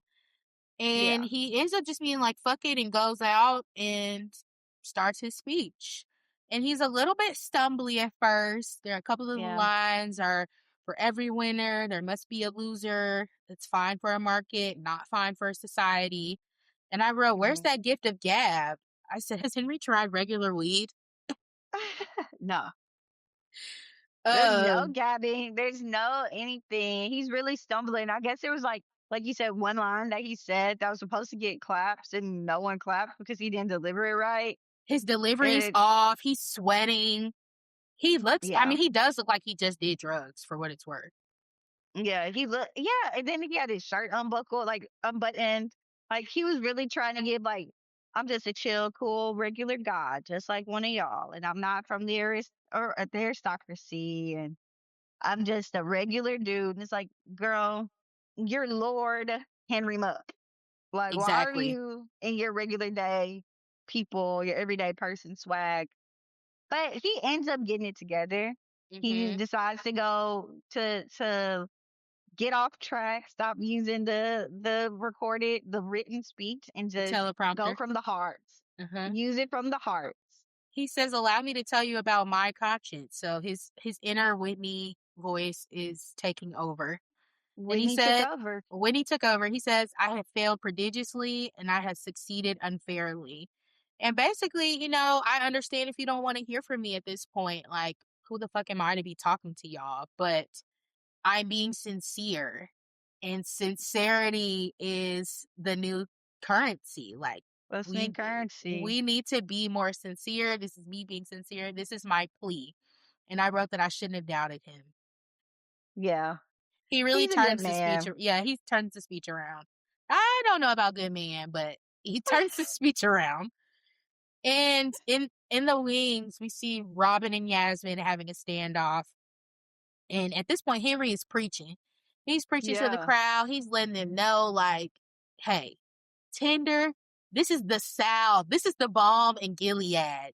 We need you Yeah. guys to buy into this.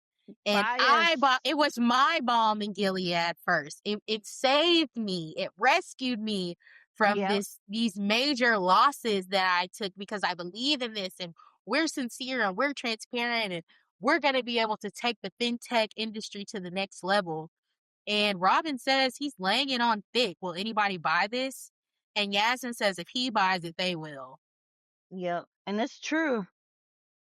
And I wrote old school versus new school, old hoes versus young hoes. Yeah. He says, today I offer you my sincerity, and sincerity is the world's rarest commodity. Not here, not at Tender. And this is the Hmm. first real needle drop that we have where we bust into this song that's like advancing the plot. And he has a pretty victorious speech. It seems to be well received. It sounds like he gets a standing ovation. We don't really get a Yep. pan to the crowd like those other finance summits that we've seen on the show. Yeah. But we can surmise that it was well received. Yeah. Everybody's clapping, and then he gets in his bag. You see him click. He gets a little clicker out, and he goes through the design of the app. And yeah, everybody's clapping for him. And Mm-hmm. he ends with a big roar. He walks off stage and he runs into the arms. He scoots Scooty out of the way and jumps in the arms. I say he would kisses and hugs big old Whitney. Not only did he scoot Yasmin away, he pushed her to the He side. pushed her. He He literally he Heismaned her away from yeah, him. he really he props her up. As he as he was walking off stage, she tries to greet him with a big hug and smile, saying, "See what happens when you listen to me?" And he literally yeets her, runs straight into Whitney's arms, and Because you hugs know and what? kisses him. Who wants to hear I told you so? Especially after you just accused me of doing drugs. Doing drugs, like you're on my shit list now. What are you Yeah, talking about? And also was willing to give me a pill before going instead of yeah. being like, no, you don't need that. When he It's ran it's to within you. yeah, when he ran to Whitney, I said, "Daddy's boy, Yep. daddy's money." Whitney is so messy. Shout out to the redacted. Yep. You already know. Shout out to the redacteds from our high school. Yep. Yeah, Whitney is so messy for this. Yeah. And it's really been in play the whole time.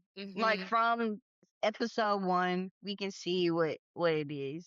And Yasmin can't hold her face, so he knows that whatever he's doing is working. Yep. So then we So get to the post talk.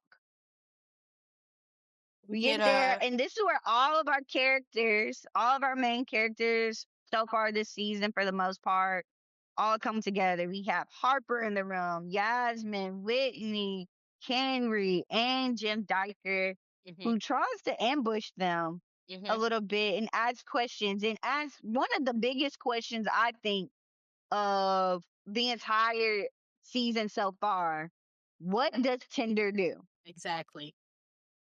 And Whitney says that they're just a successful payment processor leveraging their existing user base to lead fintech in the UK. So whatever that means, that And literally means anything. Whitney goes on to say, I mean, what is there to spotlight other than the brutal success of our story? Yeah. And James says, how about those processing facilities in Sunderland? And Whitney Oh, looks pissed. He looks like he just shit himself in front of he everybody. looks outed. Yeah.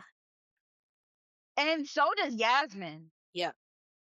Yasmin looks like, uh-oh. I think at this point, Yasmin realizes that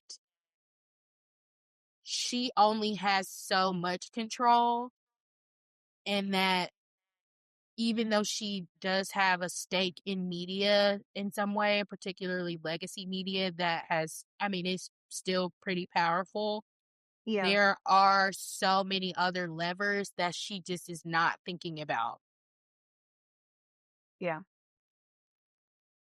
And that she really doesn't know the full extent of what's going on in that company. Exactly. And to her, that's like a non issue. But obviously, to anybody who works in fucking comms, that's the one person you don't lie to is comms and legal. Yeah.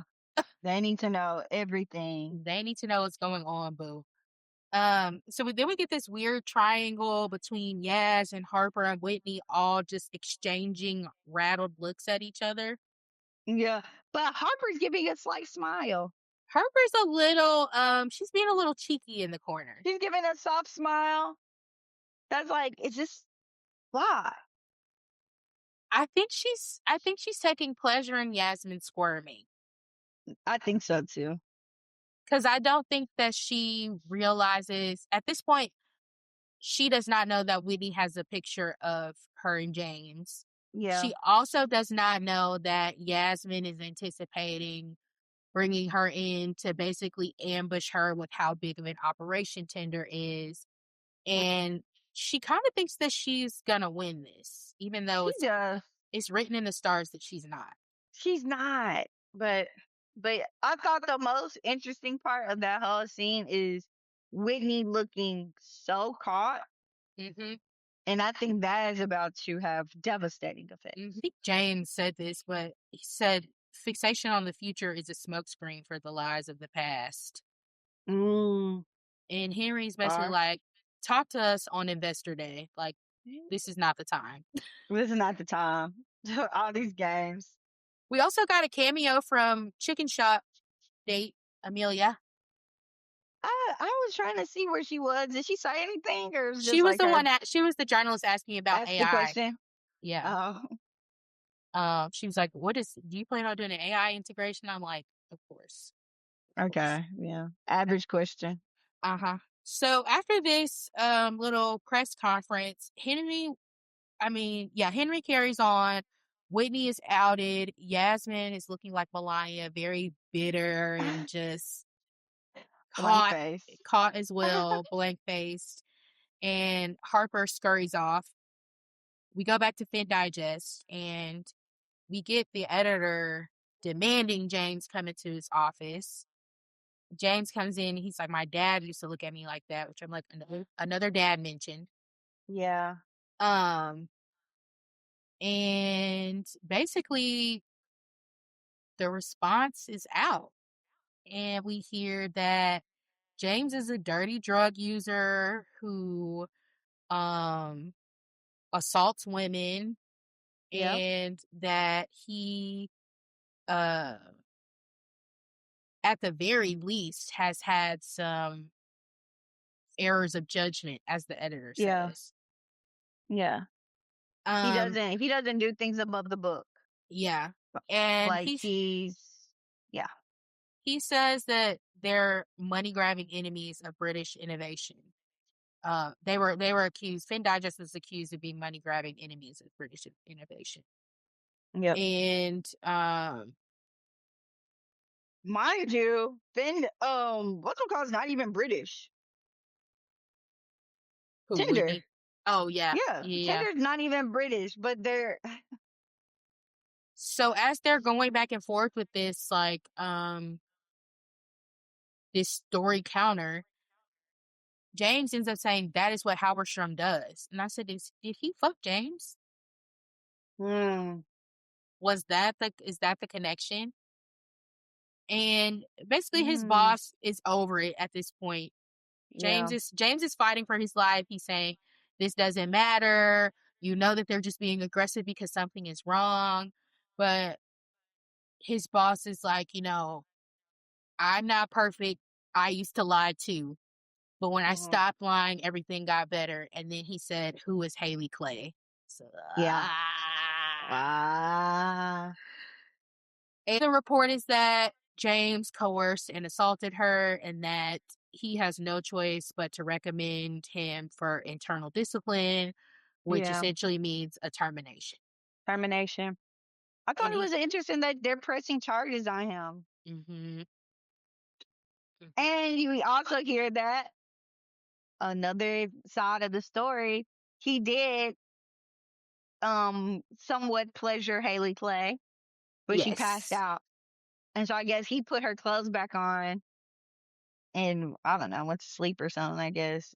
But Who is to say? I don't know if ah, we'll ever get that storyline wrapped up, but this really came no, back to bite. This was a brutal scene to me. that was brutal.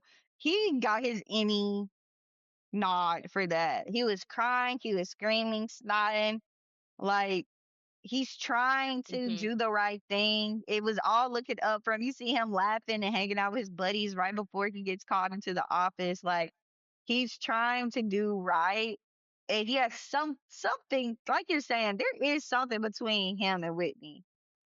Yeah. There must be for him to Hmm. be going this hard, for this to be acting like this. Yeah. What is it? We don't know, but it was a really like, damn, it's Definitely devastating. damn. Um, so that's over. We go back to SternTao. Um, and Sweepy has done some more research. She's gone through these emails. She's going through the Epstein files bit by bit. And a figure by the name of Tony Day comes up, who was in a lot of the correspondence, mostly with Whitney. Hmm. She said that it reads as sycophancy to Whitney and that a lot of it was just jabs at Jonah. She describes it as playground bullying Jonah. And Harper's like, well, who the fuck is he? And Sweepy says that he's based in Ghana. He's a failed businessman 2 or 3 times over. Yeah. And then he somehow becomes the Tender's CFO in Africa. Yeah, but has no type of successes that would cause for him to be over a multi-billion dollar company. Hmm. And Harper says that's a meteoric overpromotion, even for a white guy. Even for a white guy. And I wrote here that that's kind of Whitney's thing because Henry Muck doesn't really have a leg to stand on in this conversation either, Mm-mm. but he made him CEO Right. after publicly a recent publicly failing business venture Yeah, that's just true. wrapped. And then Sweepy brings up the fact that they have this big acquisition ceremony where they bought this payment processor in Africa for like $50 million. And Tony Day was presenting this like fake big publisher clearinghouse check. Yeah. I And literally Sweepy is lottery like, check. yes, a lottery check to these African people, which I'm like, okay. And why he's wearing like whatever, a robe, I don't know what you call it, He's wearing like but a he's wearing a dashiki, dashiki. yeah, over his suit. And Sweepy is like, does this not look fake to you? Like, is this not raising red What flags? is going She on? said he looks like the hated commissioner of a football team. A football team, a low level football team. Like that's exactly what he looks like. And Harper's kind of doesn't know what to make of it, but says presentation is pretense.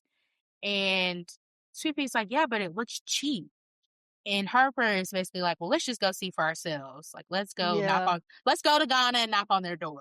Let's knock on door. Let's see if it's What's real. the worst that could happen? We're going to Africa. Girl, we going to Islam? So now we're back at Tinder, and unfortunately, Robin is yesterday's man. We're at his firing scene, and Whitney basically says, we're promoting Yas, and he's like, I'm not about to work with somebody who's not qualified. And Whitney said qualifications are secondary to instincts. And he basically instructs Yasmin to fire Robin. I said, now that's nasty. That was nasty.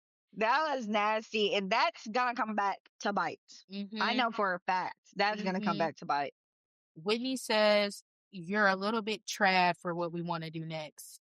And Robin is completely thrown off. He says, this isn't a startup. You should Google the Dunning-Kruger effect. Good luck. And walks out. Yeah, walks out. And I was like, what is Whitney's play here? Getting rid of your comms person who was not aggressive, which you would think would be a good thing so that you wouldn't get too caught up, versus like Yeah, Yasmin, who has no knowledge, no experience.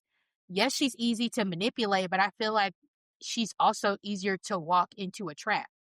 yeah, yeah, and not play it right. And like what was going to happen, bef- what was going to happen with the James story, it was going to get bigger. It was about to be published. The Sunderland, if all that does come out because you had too strong an approach, if the cards would have started falling, and that whatever was going to happen at the Tender 2.0 launch was not going to go the same way. The press release would not have been the same. Which, speaking So of cards falling, at the beginning of the episode, Eric said to Harper, it doesn't matter about Tender's house of cards if we have no breath to blow it down.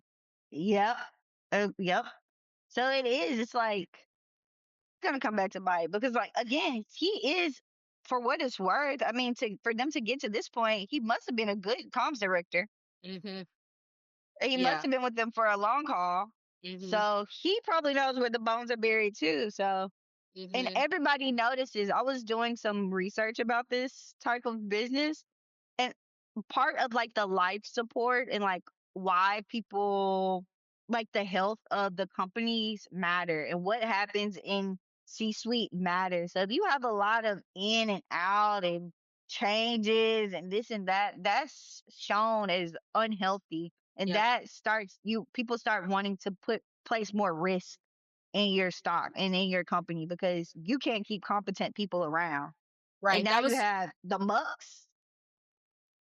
That was part of the reason why Whitney wanted such a quick transfer of power with the CEO, because he didn't want for it Exactly. to look too unstable, for it to look too, But on that same podcast that I referenced earlier, they also were talking about just the dynamics of like startup companies and British companies in that way, and how it wasn't uncommon for leaders to hire their wives as comms or paid Yeah. consultants or some sort of like, honestly, like a role in title or name only. So I Yeah. also think it's interesting that Yasmin it does genuinely seem like she's trying to work. Like she thinks that she is Yeah. really She wants to contributing. work. Yeah. She wants to work. She's always wanted a job. She about to work Yeah. all right. She's gonna be making some license plates in jail. That's what she's gonna Sure be doing. is. She's gonna be making panties in jail. In jail. Words Orange is the New Black. Yeah. So yeah, Whitney tells her this is her reward for stopping the story. And her other reward is that Haley is hers if she wants her. And then Sold. he then he, then he said, but you, me, Henry, we ride together, die together. Bad Bad boys for boys. life. Bad boys. Oh So the L. Ball pockets full. 4L. So then we get to Haley's promotion in an elevator, which I'm like, every time you're in an elevator, an angel dies. Yep. Um, and this scene was crazy. Yep. This scene was fucking crazy. So basically, Yasmin is telling Haley that I thought about your role in the company. Whitney is willing to give you a promotion to work under me with comms. Uh-huh. And Haley says, you asked for this promotion because you rate me, right? Meaning you like me. Yeah. And Yasmin's like, yeah, of course. And then she said, good, because I thought it was because I was so good at sucking your husband's cock. Why did it feel like it was your cock in my mouth? I like that. Like, well, first of all, too much C word usage. Too much. And Haley's the real freak of the freak of the week. Haley is Yes. the one that really is the playmaker here. And this scene really just unraveled the play. Haley is our major freak of the week. Yasmin's freak has been matched and she does not know what to do with it. She's kind of just stunned And, they have a very short time in the elevator. They're headed down. Mhm. And she said that, my ex boss gave me an anxiety relief. She was like, "What, breathing exercises?" And Haley Mm. said, "No." He said, "Haley, baby, when it all gets too much, just remember not a single one of us gets out of this alive." Ba ba ba ba. And Dun dun dun. she says, "Thank you, mommy," and walks out of the elevator and literally pulls up her skirt to show her ass and her undergarments Yeah, her negligees. in her negligee. Whoa, I freak of the week. I think Yasmin really wanted to kind of recreate that dynamic that she had with Celeste in season 2, Yeah, when she was trying to transition into the wealth management wealth space. management. Hmm. And Celeste had really taken a liking to her and had an open relationship. I think that was an experience for Yas that felt like they were real collaborators and real they I think ultimately she wanted to recreate the Harper Eric dynamic, but she wasn't privy enough to their dynamic to be able to do that, and it just backfired terribly with Celeste, and it's also about to backfire with Haley. Yeah, and you can't fuck your subordinates. No, you can't. Period. It gets inappropriate, Yasmin. Stop trying to recreate structures. Have a normal relationship with people and keep it about work. Mhm. Because then you end up with a real crazy freak that is going to wreck you. She already gave the play about what she's going to say when it all goes down. I felt like Haley said it before the 2.0 thing, saying I felt uncomfortable. I didn't know what that was supposed to be like. That was weird for me. I didn't like it. And now she can add that she did this so for gain. Mhm. She wanted me to, she forced me to do this so that I could get to this position. Like, you are all messed up. Like, you are all messed up. Yasmin ignored her warnings, which will come back to bite for sure. For sure. So we're back at Tinder HQ with the real C-suite. Yasmin is not there. And basically Henry is like, Pure Point is a distressed asset. Almirage wants to offload them. And he thinks that they should buy stock in Pure Point just to kind of secure their investment. Hmm. Ferdinand comes in and says Pure Point is willing to offer more money, but they're offering it on a bond, which indicates to them that they are a little bit unsure about Tinder. They don't want to Hmm. invest outright. There is a little bit of an issue that, you know, they haven't really squared yet. And Yeah. um, yeah, Henry's response is just to kind of buy some stock, like let's invest in them, they invest in us. So then, if something happens, we have a little bit of security. And on his way out, Ferdinand says that, the speech was great. It was exactly what was needed. And he said, a man possessed, brilliant. But then we get to a scene with Henry and Whitney one on one again, scary. Getting a little And close. Whitney is like, permission to speak out of school. And he says that there are few things more toxic in this world than privileged people who are intellectually insecure.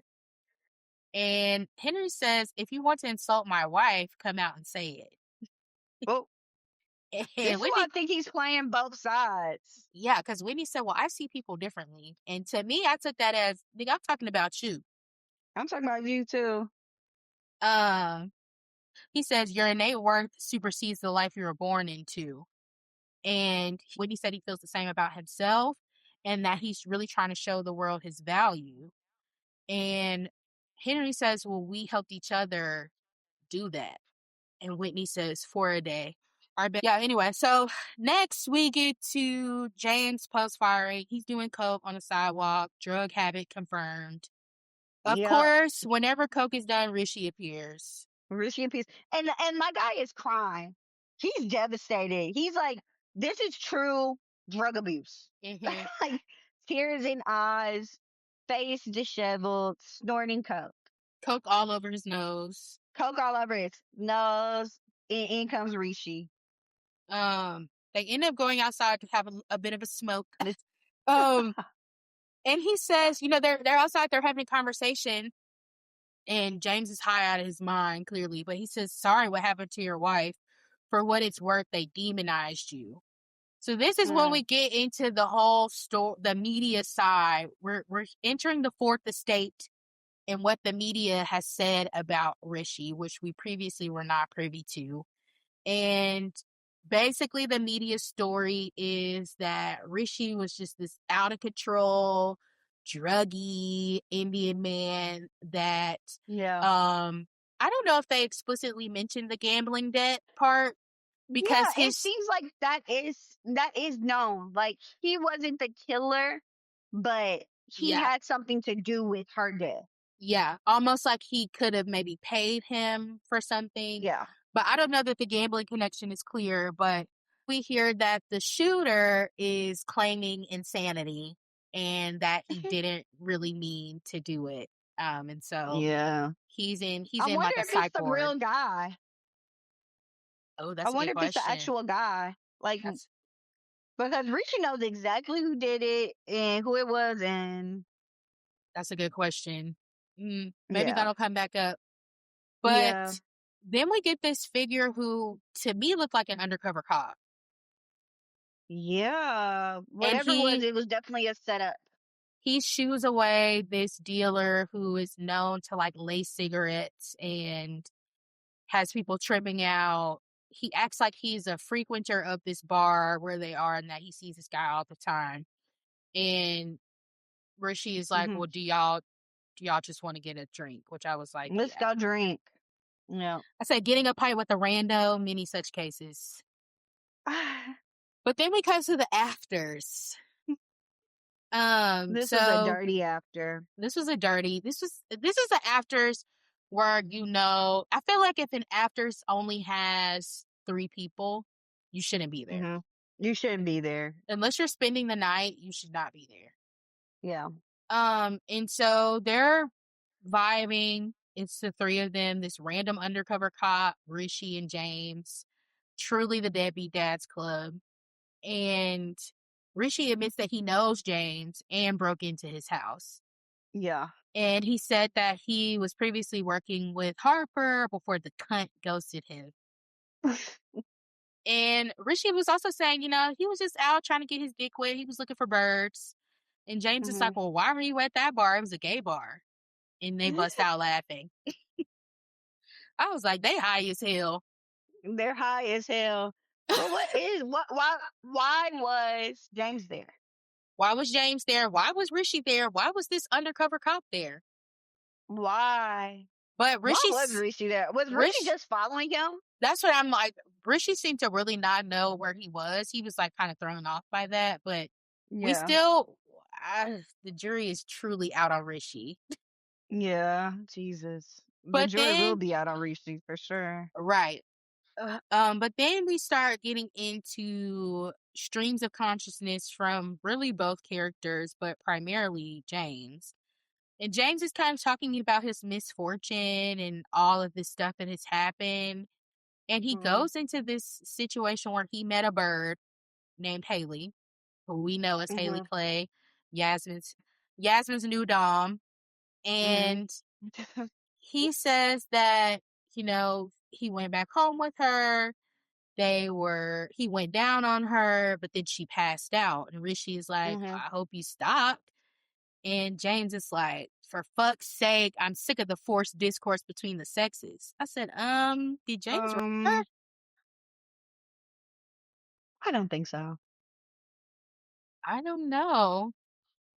The way that he responded was not giving that he stopped.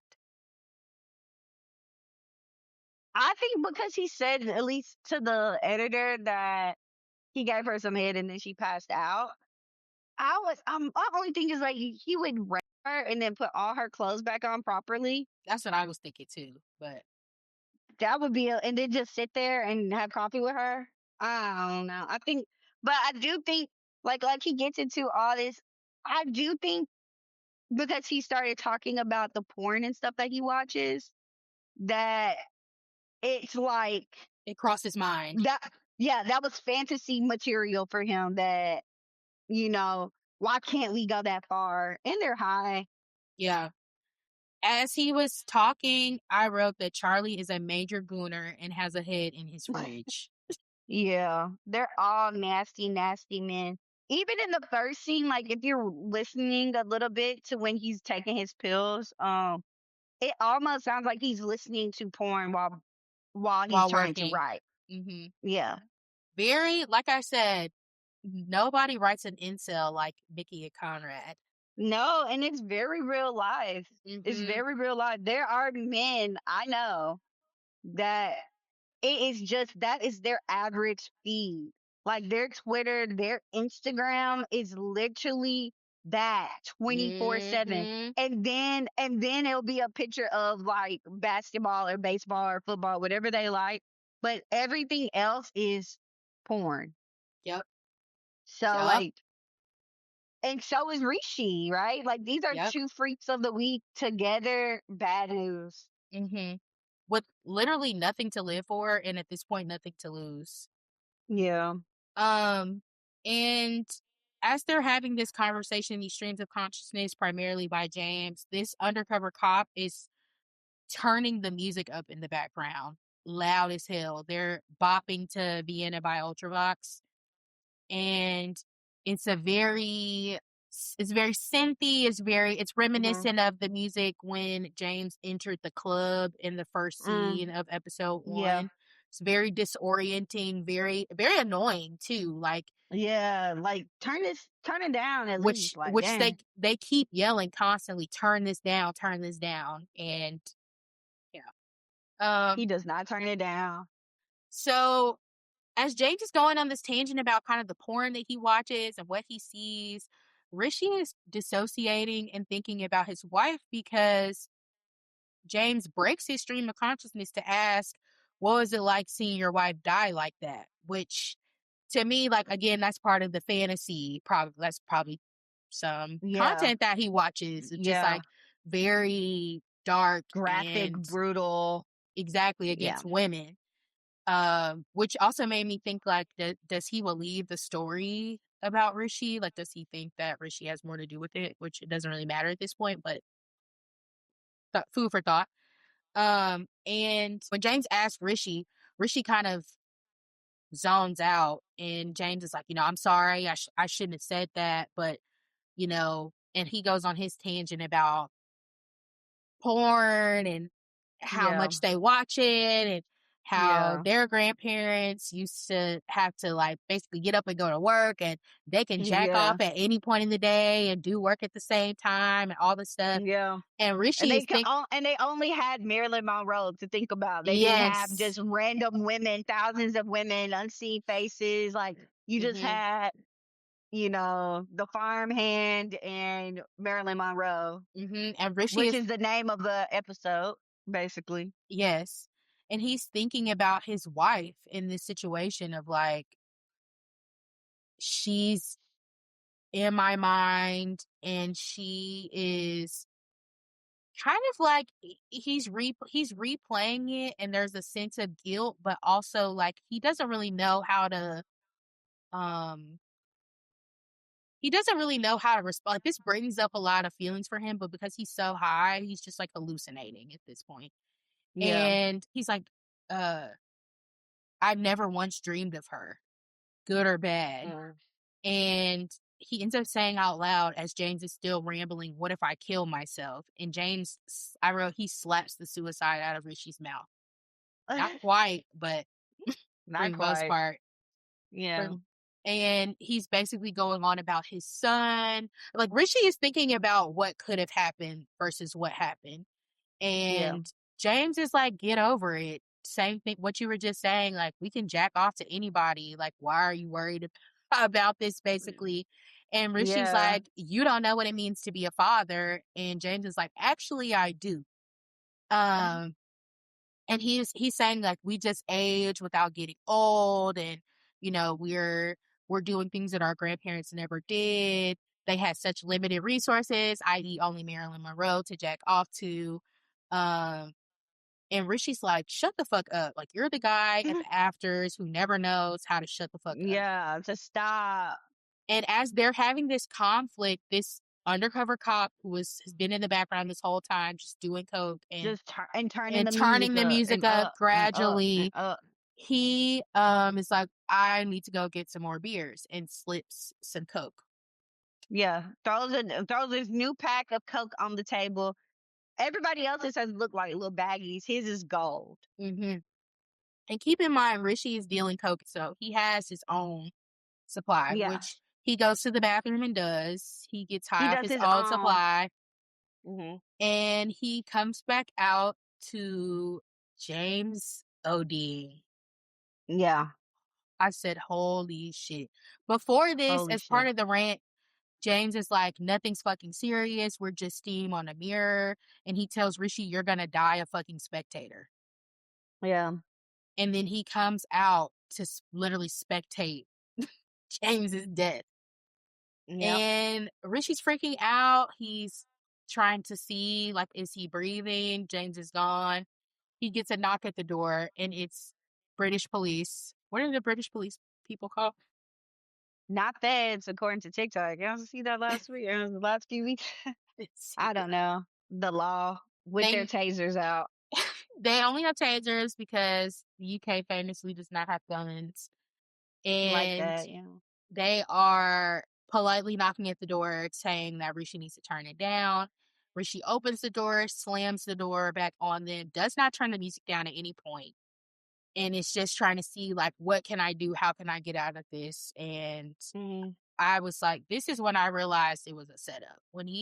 Yeah. When James OD'd, I was like, oh shit. Yeah, and the reason they cranked the music up, like that's how the cops were able to get there so fast, and he got out of Dodge right in time. Like it was all to align. Yeah. So Rishi makes the decision. He's gonna jump. He goes out to his And balcony. you know what? If he doesn't think about it hard enough, he probably would have killed himself. He thought Yes. about it too long. He was very hesitant. He was very I think what James was saying to him was kind of like Rishi was having this issue of like getting really in his head this episode. Anything Yeah, everybody said to him was getting stuck. yeah. He's just like, oh my gosh, da da da. Yeah, looping Yeah. and looping and looping. So he finally decides to jump when when they bust in, and a police officer comes towards him with a taser, and he lands and breaks both his Breaks both of his feet. both his feet, breaks his least so he can't move. Break my knee so I can't move. Literally, because you a bugaboo. Ooh, bugaboo. And then he's trying so hard. He still tries to shimmy away. He Ugh. tries to army crawl them dead legs. Oh my god. Sad way for our sweet prince Rishi to go. But For, likely. Forever Young starts playing in the background. I lose it. Like, damn, I thought he was gonna get away. Our host sends me a picture of her crying real tears. I'm watching this shit. I'm watching it late. So I'm thinking something. I think Rishi actually does it. I think something crazy happens. No, she's just crying because Forever Young is playing. Like, Rishi is at true rock bottom with the saddest fucking song ever written playing in the background. Like, OMG. And then he's army crawling, and they basically just walk up on him and are like, put your hands behind Yeah, your back. girl. And they cuff this man with 2 broken ankles. See, Buckman, he can't even go nowhere. Y'all ain't have to do him like that. And Call an ambulance. the end frame is Rishi's head is turned face towards the camera, and the lyric that's coming up is the music's played by the madman. I was like, oh, Oh. Rishi, what a tragic ending. This was desperation personified. Like the way that he was Yeah. trying to crawl away, and like he thought he was going to get away Yeah. from all of this, and it just didn't work. Also, like him closing his eyes, like he's really thinking he's gonna wake up in heaven, and you're still in this hell. Like you are still in your nightmare. Like hell is on You are earth? not waking up from this. Like, he really thought, like, okay, I did it. Nope. No. Just broken up. And that was it. That was the final frame. That was it.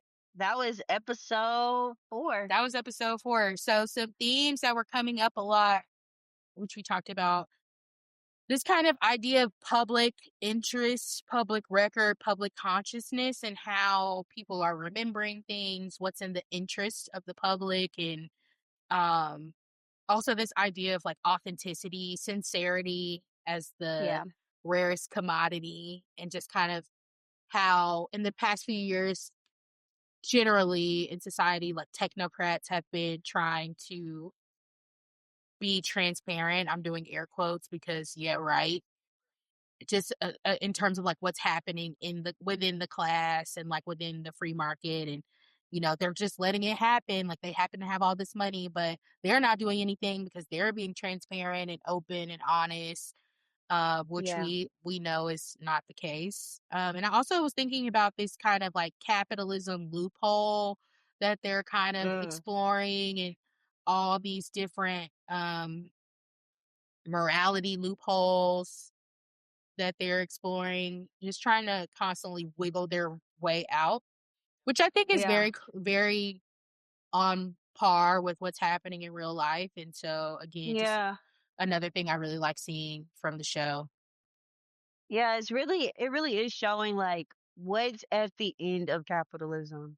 Hmm. It is right back to um depravity. Hmm. Like it goes back to, I can't even think of the name of the author right now, but the one that's life is short and brutish and short, British. whatever. Uh-huh.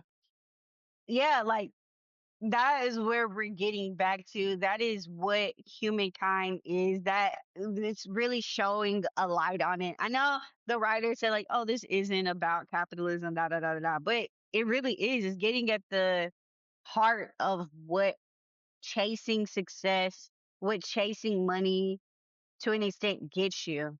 Like, Hmm. what does an ascent to power look like?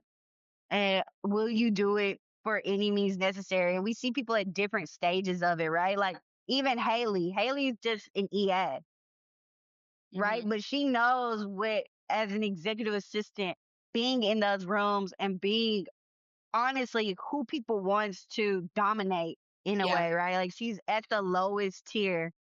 She knows people want to dominate her, and she finds a way to use it for her interests pretty much time after time. Yeah. And she's also able to stalk out who's the weakest in the room. Like, she quickly picked up that Yasmin is the one that I need to make this play at. Hmm. Who knows if she really did make a pass at Whitney? That could have just been a lie for her to be like, this is what we do around here. You know what I mean? Like, we really see the way in which people are using and trying to reclaim power for themselves in ways that are very nasty. And rude. Who's gonna win? And brute, yeah, who's gonna win? Um, this making me think of two things. One, Americans are just more street smart than Brits. Period. Yeah, especially with stuff like this. Like, Yeah, period. And then also, you bringing up the Hobbes quote, that's from the Leviathan, which Hobbs. was The Har- name of Harper their and Petra's former fund, yeah, uh, that literally aimed to do all of the things that you just said. So yeah. yep. Hey, we read books over here at No, we're Bullish. educated. We're We're very educated. educated. Despite what you're hearing, we are both well educated people. Despite all of the brain rot that we have endured, we're Yeah, pretty versed. But yeah, this other thing I was thinking about is just like charismatic leaders and kind of the storytelling of it all, like how yeah, they're packaging that. I'm interested to see how that evolves. Another thing, obviously, these mommy and daddy issues. I don't know what the fuck is deep. going on, but yes, these are Get a very, therapist right now. very deep wounds. And then again, like power and this kind of psychosexual power dynamic that has been unfolding across the whole show with duos, with trios now. Industry is getting very poly. They're getting very Yeah. poly. Yeah. They're getting very enmeshed. Yeah. So let's talk about I investor see. sentiments. Yeah, here we go. We're back. I don't know. This episode was so good and so dark, and you just you never know what you're gonna get week after week, but you know it's gonna be something good. So You don't. our investor sentiments, we basically are gonna be looking at who we're bullish, who we're bearish on, the most volatile, and our safe haven. After next week, So we'll recap where we've been bullish and bearish. Like at our halfway point, we'll yeah, regroup. yeah, we'll regroup and tell y'all exactly if you haven't been following along, we'll help y'all out for you. Yeah. Um, so who are you bullish on this week? God. Honestly, I'm bullish on Henry. Oh I'm wow. bullish on Henry because, like you said, Henry is asking the questions that need to be answered today. Yeah, So I yeah, want him to get to the bottom of it. I do too. I'm also bullish on Henry and I'm bullish on Sweet Pea. Oh, I'm always bullish on Sweet Pea. I'm always bullish on Sweet Pea, but I haven't been. I've kind of been like, you know what, I don't know, but I'm bullish on Sweet Pea. Sweet Pea is doing the work, and I'm very excited to see what she's gonna do and what the hell is going on in Africa. Uh-huh. Bearish, easily. I don't know if you're with me or not. Yasmin, Oh, yeah. She's Yasmin volatile, though. Hanani, she's also volatile. And I don't know who else I'm bearish on. I think that was the main person where I was just like, I'm it's really a bearish. wrap for you. I'm bearish as fuck on Whitney. On Whitney, I think that's my Yes. most volatile. I'm He's getting bearish. niggas killed. He's got people getting followed. Like, I'm what are you gonna do next? I'm more bearish on the bad boys for life As a conglomerate. call. Yes. Like I don't know. Yeah, they're But going down for sure. Henry is like I'm rooting for Henry, unfortunately. Yeah. Okay. Your most Um volatile. my most volatile, I'm sorry, but it's SternTao. They got too much money on the line. They got way too much money on the line. They I'm got way too so much money on the nervous. line. I'm so nervous about how this is going to crumble. I think I think Harper is going to be able to make something happen, but it's only going to be it's just going to prolong the inevitable, Yeah. unfortunately. It's So, incremental. I could see like an incremental, like what happened with the first article dropping. Like it wasn't yeah. a major. It was just a little bit of something. So Yeah. And secondly, my most volatile, that bitch Haley. Haley Clay, Haley Clay, girl, I got my that's a good demon. eye. I got my good eye on you, sister. That's a real demon. And you know what? Like I was thinking about this too. Like, did you watch Mad Men? No, I was gonna say that is my only flaw. I have not seen Mad Men, but don't worry, I'm working Yeah, on it. yeah. Mad Men is really good, but her character in that, she plays crazy. She plays crazy I've seen well, especially clips. as she's an adult or as an adult. And even when she was a child, Mhm. as a child actor, she played manipulative, crazy child very well. Mhm. So Yeah. I, I'm scared of her for sure. Yeah. So our Who else is safe your havens. wait, who else is your volatile? Um, Just dang, Whitney? who did I just say? Oh, just Whitney. I'm scared of whatever's Whitney. I will agree with Haley. So Tinder, the Tinder cast, them Ten, two specifically, Tinder the boss 2.0. and his EA, they're scary. Yeah. And you know who my safe haven is gonna be this week? Rishi. No, Jonah. Jonah. Jonah's at the booty club eating wings. He out the mix. He drinking. He living his life. Jonah is Jonah is living, and he got buku millions of dollars. True. Sure. I would And he's say about to get his lick back. He's about to get his lick back off though. he is. I would say Sweet Pea is the safe haven in this episode, even though I'm always bullish on Sweet Pea. Sweet Pea is definitely a Yeah. safe haven. She's still doing her job. She's being Yep. smart. I'm interested to see how she pulls in her side career into her primary career. Yep.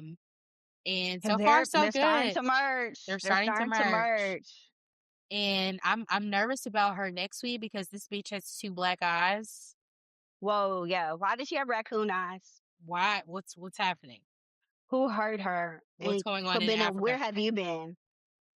Did you punch Sweet Pea in the Did you eyes? punch me? Because I actually, that This just made is my stomach turn. this is literally a storyline on the Real Housewives of Salt Lake City in like season 4. One of them got punched in the eye and had a major black eye. They're on a girls trip. She had a major black eye the next day and was lying about what happened. So for all of you out there watching, I hope that Sweet Pea does not turn into Heather Gay, who was accused of doing Barbie scissor kicks with Jen Shaw. But Oh my I fear it's much worse, actually.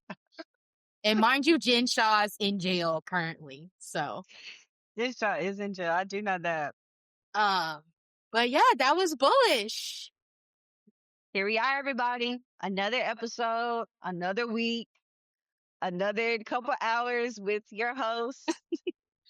Hopefully, we gave you a lot. Yeah. Hopefully, we gave y'all a lot to chew on this week. We chewed on a Next lot. week, we have a lot to look forward to. Next week, it's the Super Bowl. So the episode will be airing early. So hopefully I don't know, we might be able to get it to you. I'm hosting the Super Bowl party, so I will not be editing. Mind you, listeners, my co-host just announced that she was going to be in charge of editing this week. So yeah, I am going to edit this week. I'm going to edit this week because I am furloughed. So I don't know. You know if you know. Again.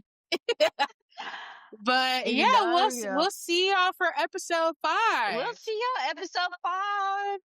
Thanks for listening. Bye, bullies. Bye, bullies.